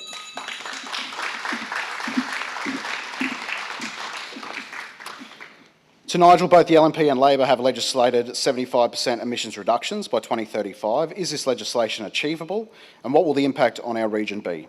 What is your view, and how is it attainable?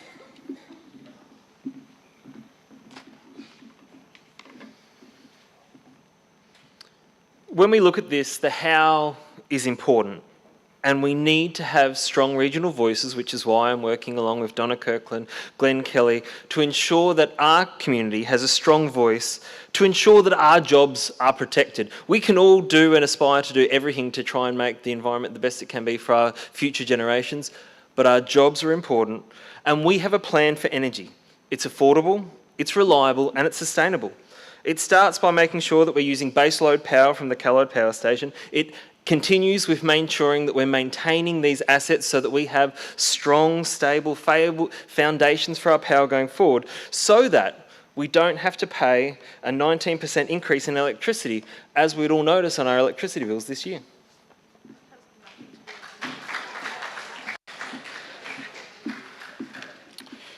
James, both the LNP and Labor have legislated 75% emissions reductions by 2035. Is this legislation achievable, and what will the impact on our region be? What is your view, and how is it attainable?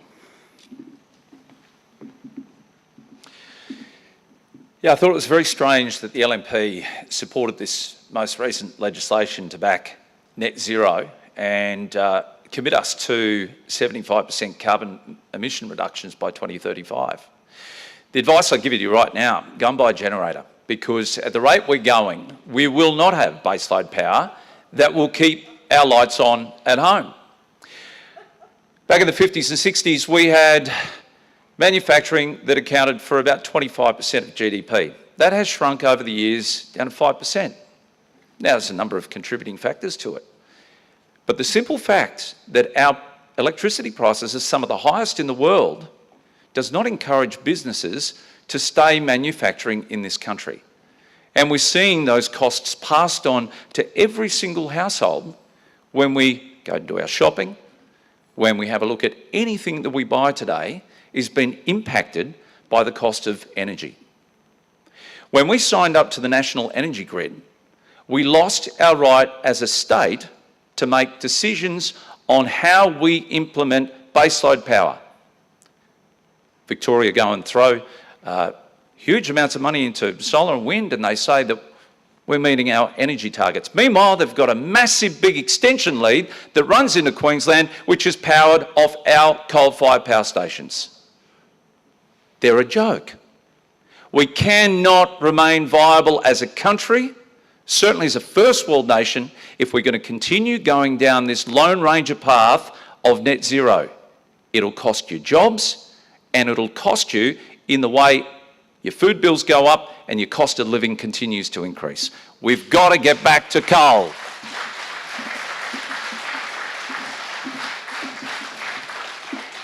And Roger, to you, both the LNP and Labor have legislated 75% emissions reductions by 2035. Is this legislation achievable, and what will the impact on our region be? What is your view, and how is it attainable?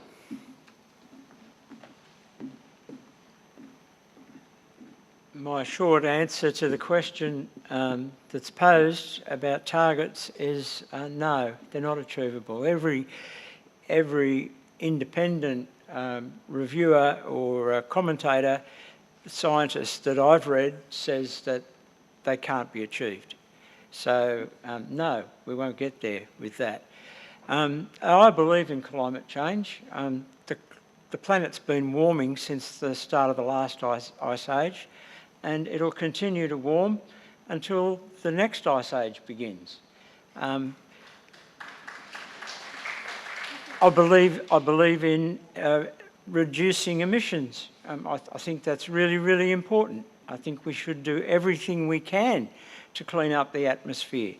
But emissions account for about 2% of the change in the climate that we're currently experiencing. So reducing emissions is not a way to handle climate change. We have to adapt our way of living in order to cope with the change in the climate.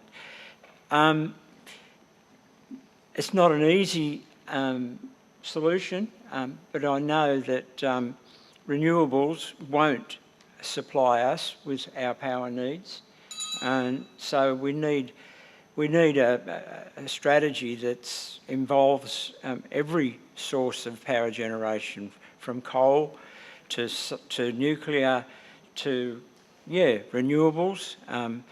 I don't quite understand big windmills when the breeze isn't blowing, but anyway, that's my answer.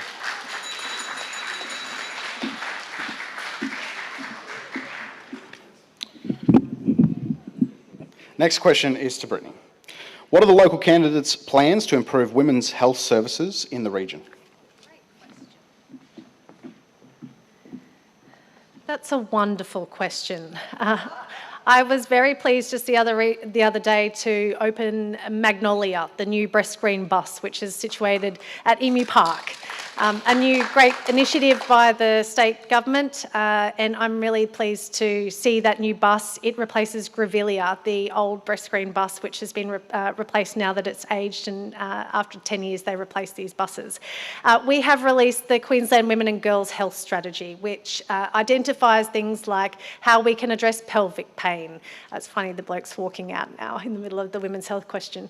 How we're going to address pelvic pain, how we can help women access early intervention health screening, how we can employ more doctors, nurses and healthcare professionals in nurse-led clinics around the state so that women can get access to healthcare in shopping centres and in places that are convenient to them. A number of the things that were identified in the Women and Girls Health Strategy, and mind you, this was an amazing consultation process. It was the single largest consultation of any Queensland government strategy in Queensland's history. So it was amazing to have so many women around the state make submissions with respect to this strategy. But there were so many different ideas that were put forward, and I really encourage you to have a look at the strategy, because it not just, what I love about it too is it's not just a strategy, it also comes with an investment plan, and there's dollars behind it, almost $1 billion worth of investment right across Queensland to help improve women's health in our state. I have been really proud to fight for and deliver a number of health improvements to our region and restore health services which help provide services to women in our region. But we can only do this under a Labor government. We know what the LNP did last time. They sacked 197 Central Queensland healthcare workers. It's no laughing matter. It really isn't. And those people who were sacked, including those 41 nurses, some of the nurses, 197 healthcare workers sacked.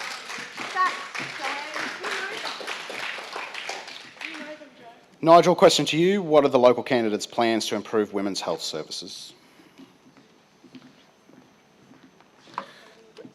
Thanks, Tom.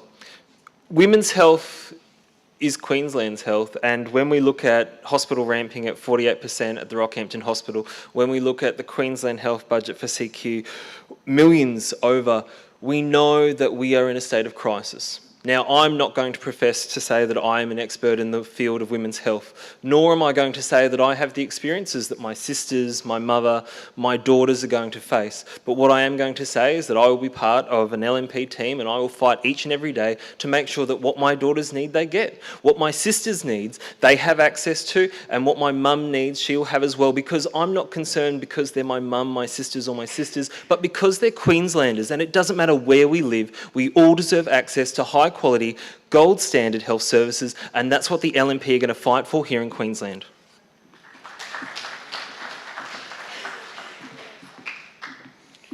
James, to you, what are the local candidates' plans to improve women's health services? Something that's really taken me aback, when I moved up here in 1998, 99, I found that women were still able to have babies at the Appleton Hospital. We get a brand new facility here and all those services cease. They stop. So I think it's really important that we see midwifery returned to Yeppoon. I think it's important as we attract more young families to the region. Women should be able to have babies here. Kids should be born with a Yeppoon birth certificate. Instead of that, we now have women that are told, don't come to the Rocky Hospital until you are in advanced labour. That's the predicament that women face today. But our hospital system isn't just reserved for women. We've got a mixed room here, men and women. And when I hear that blokes are waiting 700 days to see a urologist at our Rockhampton Hospital, that concerns me just as deeply. Our health services in regional Queensland need to improve for men, women and children. And the sooner we get back to investing our coal royalties into what's important, and that is on regional health as well as our down south cousins down there, we should not have to jump on buses or in our car or fly down to Brisbane for some of the most basic of health services that should be returned here to Yeppoon and to Rockhampton.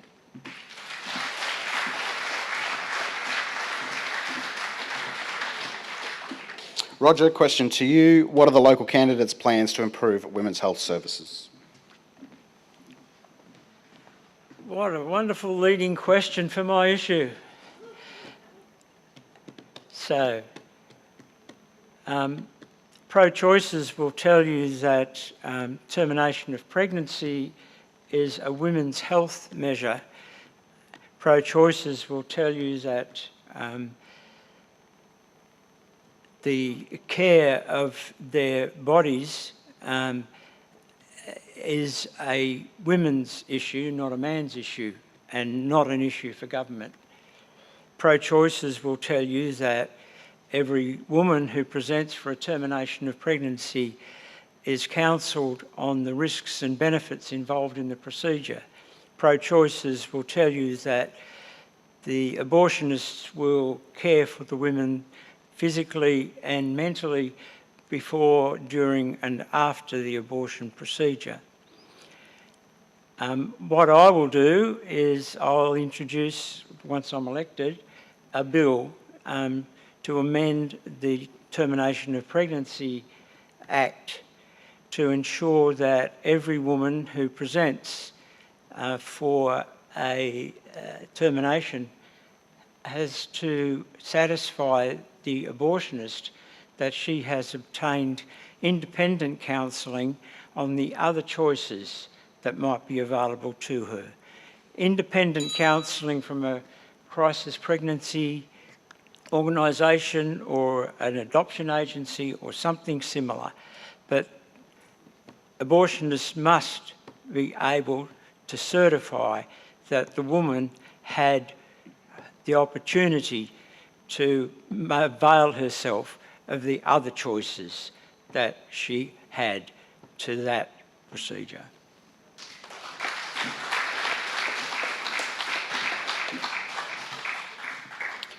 And Clancy, to you, what are the local candidates' plans to improve women's health services? It's a divisive topic, isn't it? Especially, anyway. You're not supposed to say ask your mum, I was told not to.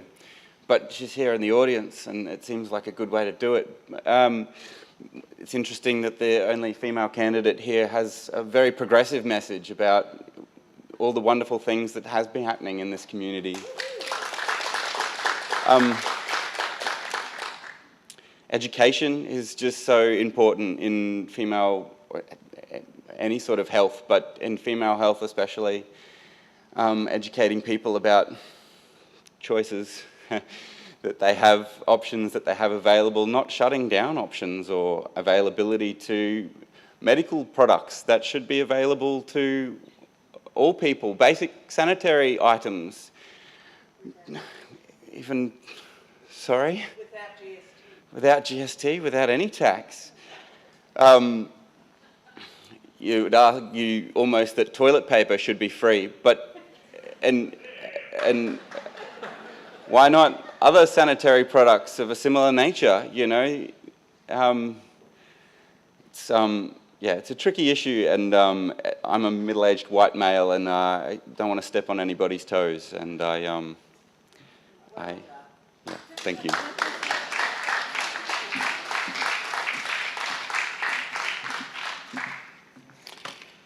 I appreciate all your patience. I know it's been a long night. This is our last question. I'll start off with Nigel. Our volunteers are the heart of our communities, and they are so wrapped up in red tape. Clubs and not-for-profit organisations are struggling. What are you prepared to do to support volunteers for our non-for-profit organisations?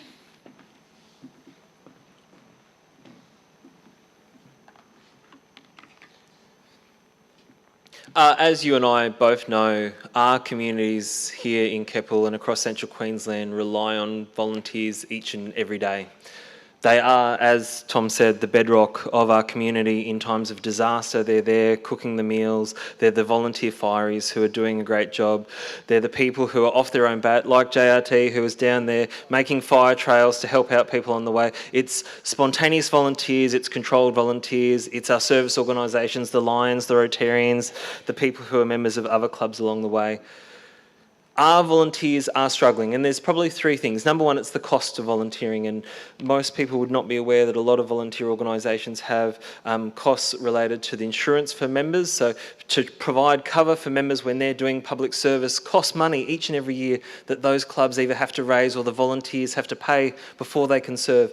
Our clubs are also struggling. I'll give you the example of a local service club who, because of the experience of the bushfires, generated so much income for a series of years, which meant that they then became GST eligible and now doing BAS every 3 months. Like, this is crazy for a service organisation to be put in that situation.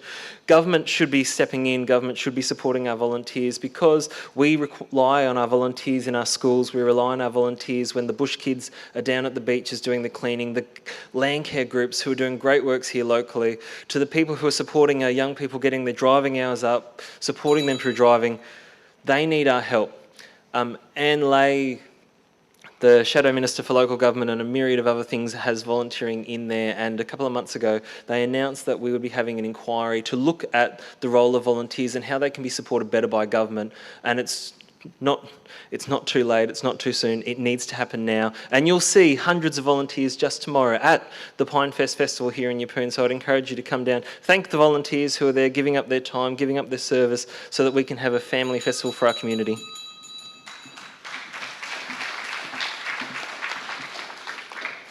James, to you, our volunteers are at the heart of our communities, and they are so wrapped up in red tape. Clubs and not-for-profit organisations are struggling. What are you prepared to do to support volunteers and our non-for-profit organisations? Across Australia, we've got over 600,000 non-for-profit organisations that all do a wonderful job, some very small, some very large. But the biggest cost factor associated with these organisations is insurance. One Nation have taken to this election a proposal to abolish the stamp duty on all insurance plans, whether that be general insurance for your house or whether it be an insurance scheme designed for volunteers and the cover of staff at work. The state government clipped the ticket 9% on top of already exorbitant prices when it comes to insurance. And as we all know, when it's our house insurance, I've seen an 80% increase to my house insurance at home this year. So you can only imagine what the non-for-profit organisations are seeing in their insurance bills. When you see those increases, the only winners are the state government, and they're taking 9%. On top of that, there's 10% GST from the federal government. So effectively 20% of that insurance is made up in state and federal government taxes. We know as cost of living gets harder for a lot of people across the country, there are less volunteers that are putting their hand up and offering their services. That then places greater pressure on the volunteers that can give a bit more time. They're then doubling their hours to try and make up and provide for the communities as well. So a lot can be done from a state government, local government and federal government level, and I think at all three levels we could all effect some positive change for volunteers.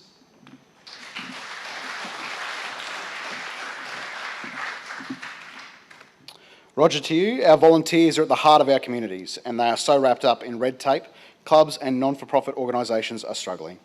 What are you prepared to do to support volunteers and our non-for-profit organisations? So when I was leading the Disciples of Jesus Christian community in Melbourne, I told every new member when they arrived is the only way that you'll really find a place in this body of people is to find a place to serve. And the only way you can serve here is to volunteer yourself for service. So what will I do for small non-for-profits? I think probably when I'm in government, I'll run a nightly TV ad telling everybody that they must find a place to volunteer.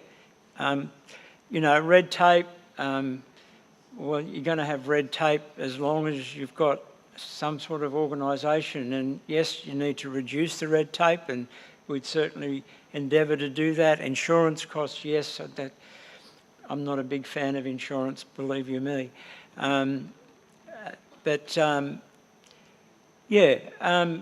I think the best encouragement, the best thing that we can do is to encourage more people to volunteer.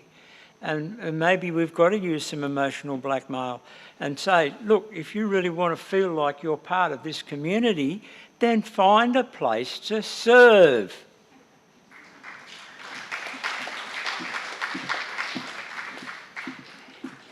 Clancy to you. Our volunteers are at the heart of our communities and they are so wrapped up in red tape.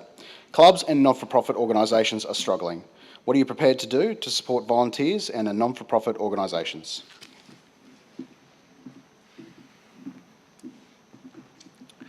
Volunteering, yeah, it's the heart, yeah. I've always volunteered. I think it's very important, and I think everybody should find a place where they can be a part of their community. I've been saying community a fair bit.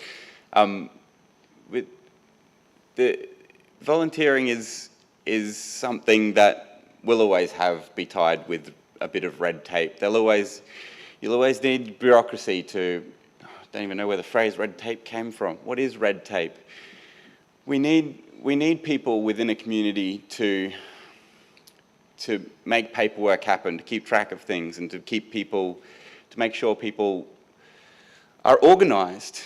Red tape's important, but it's important to be fluid in that process. It can't hinder the process.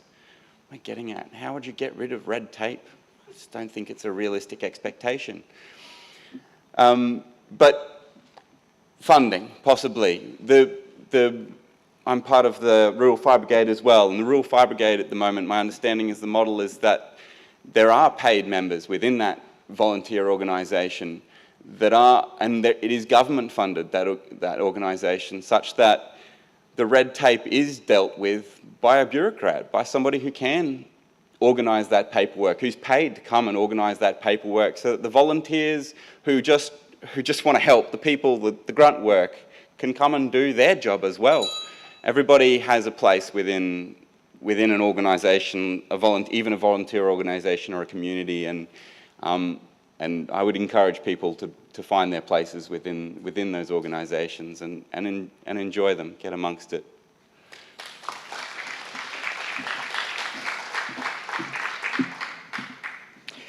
And finally, Brittany, our volunteers are the heart of our communities and they are so wrapped up in red tape. Clubs and non-for-profit organisations are struggling. What are you prepared to do to support volunteers and our non-for-profit organisations?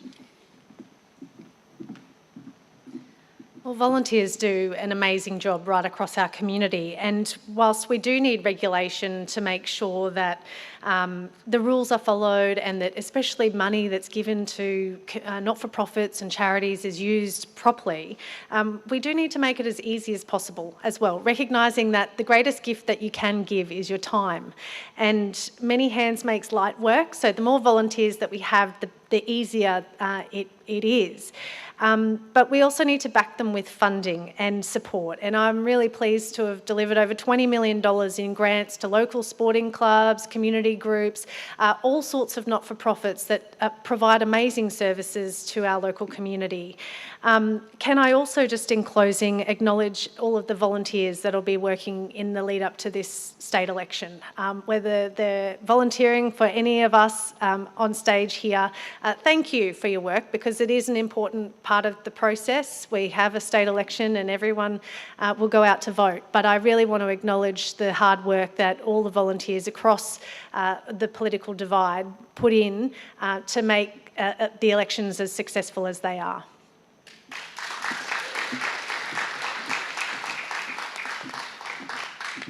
Ladies and gentlemen, I really do appreciate your patience tonight, and I very much appreciate you being here. There's only one last part of tonight, and that is the concluding statements by all of our candidates up here. First of all, I'll start with James.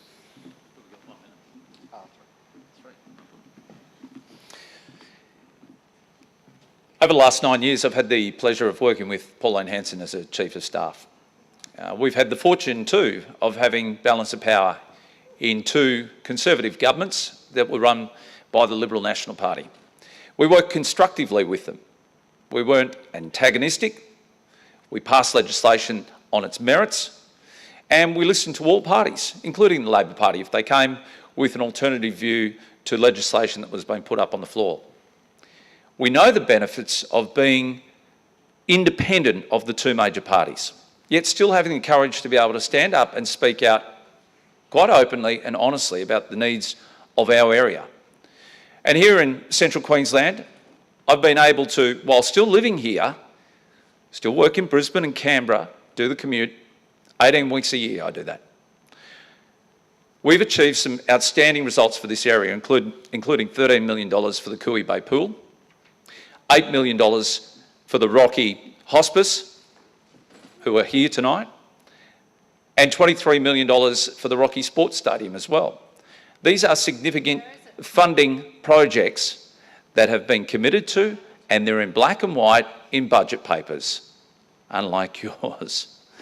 The issue that we have here in Central Queensland is the simple fact, the issue we have is that the Liberal National Party and Labor are masters to their Brisbane people. That is it. They serve Brisbane only. So when they're told not to go to debates, they don't go to debates. When they're told not to fight for something like a project on Great Keppel Island, they zip their lips and ignore the needs and wants of our region here. That is why things have been stifled for so long. That is why no planning has been done for our region for a very long time. The squeaky wheel often gets the oil. And we've got an opportunity for the next 4 years to have somebody who will reflect the views of the people here in Central Queensland, and more specifically, here in Keppel. We earn a great deal of money in this area that is siphoned off and sent straight down to Brisbane. Vanity projects like our Brisbane Olympics.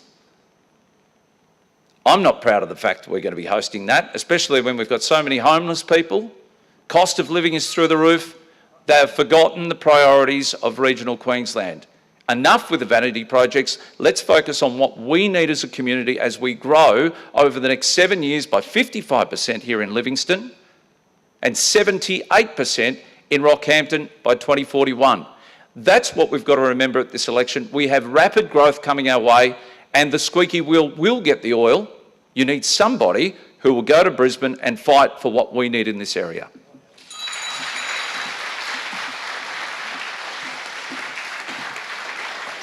Roger, I invite you to come up to give concluding statements. So if you want to know more about me, my bio is on the candidates page in the Family First website, so you can find out who I am a bit more there, and maybe what I'm about. What I'd like to say is that people will tell you that a vote for a small party or not one of the major parties is a wasted vote, and it isn't. If you vote 1 for me and number 2 for my number 2 on my how to vote ticket and I don't get elected, that's unthinkable, of course I'm going to be elected. If I don't get elected, then that number 2 vote becomes number 1 for that person.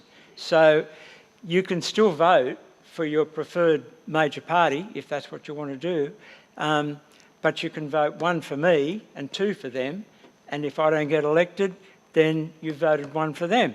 So that's what you want to do in the first place. But voting for a small party, for this bloke or this bloke, or even that bloke, will send a message to the major parties that their policies, their agendas, their election speeches have not persuaded you that they're the right people to govern our state. And they need to hear that message because they need to develop policies that are for the people, not for their own agendas. Thank you.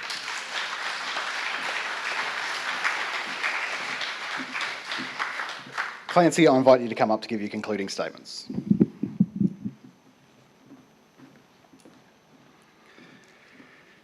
It's time to take ownership of our economy.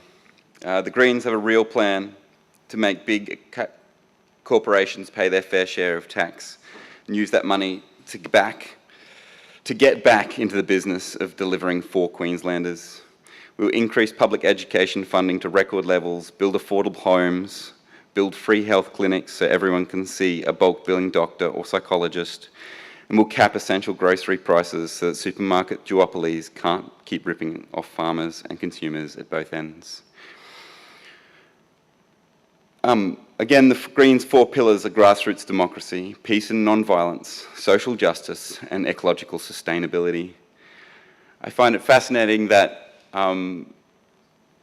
that as candidates we're explaining how to vote, and I can't agree more with my fellow. The small parties is a vote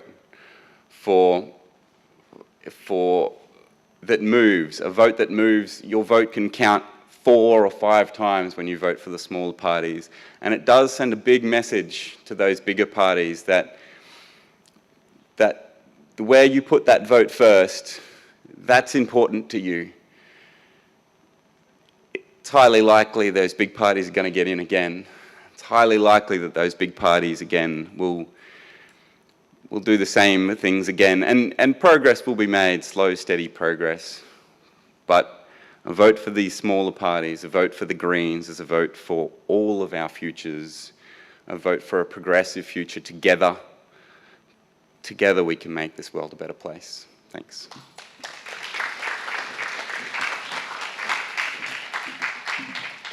Brittany, I invite you to come up to give concluding statements. Thanks, Tom. As the state member for Keppel, I'm proud to have delivered over $500 million in job-generating infrastructure, including the Yeppoon Lagoon, $29 million, and look what that's done for tourism and our community on the coast. The $120 million upgrade on Yeppoon Rocky Road, where over 11,500 vehicles use every single day.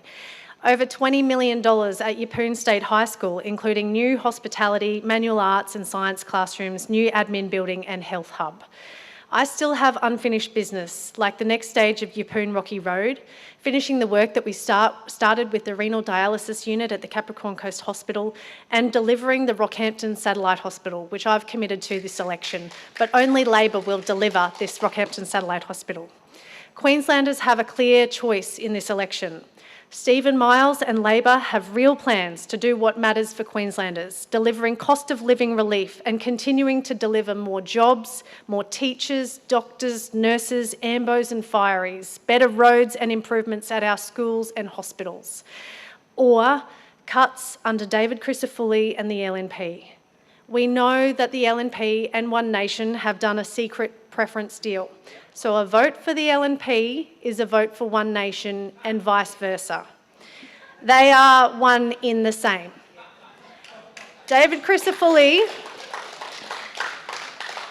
David Crisafulli is still refusing to release his costings. He has $16.2 billion in unfunded election promises that he has made, and we know what that means.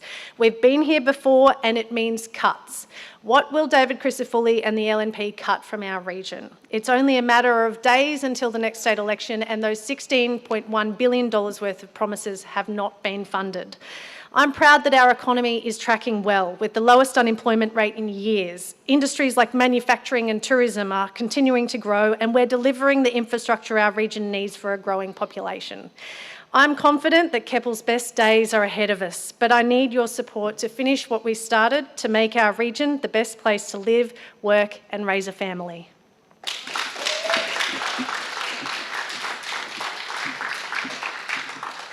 And finally, Nigel, I'd like to invite you to give concluding statements. Thank you, Tom. Just over 12 months ago, 6 homes in my street were broken into in a month, and the Premier came on the TV and out of context giggled. A fortnight ago, a stolen car crashed into my neighbour's house, took out 3 cars on the way, that stopped people from being able to go to work, that stopped kids from being able to go to sleep, and caused disruption to the lives of not only my neighbours but my community, and yet again will undoubtedly be the reason why that in 12 months' time our insurance will go up. Thank you for your time this evening. Tonight we've heard that after a decade of the desperate Palliser-Miles Labor government, they still haven't heard us. Queensland needs a government that listens and has the right priorities, not one that pretends that these problems don't exist. Only the LNP can deliver for Keppel. Our plan for Queensland's future has the right priorities at its core. Safety where you live, health services when you need them, respect for your money, a place to call home, and a government that works for you. Only a vote for the LNP at this election can change the government of Queensland. Nothing else is going to do it. I will fight every day for our community because this is where I've grown up, this is where I live, and this is where I plan on spending the rest of my life. I believe our community deserves better, and a vote for the LNP on October 26 will give a fresh start for everyone who lives in Keppel. Thank you.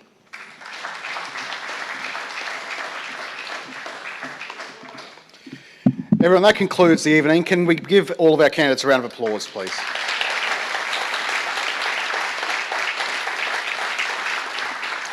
It's not easy putting on these events, and I appreciate all of you, first of all, for being here, whether you're in the room or also watching online. To everyone involved, thank you so much. And to all the candidates, we wish you all the very best over the next few weeks. I know it's a very stressful time, a lot of sleepless nights ahead. But at the end of the day, everyone in this room is on Team Keppel, and we wish whoever the member for Keppel is on October the 27th the very best. Thank you very much.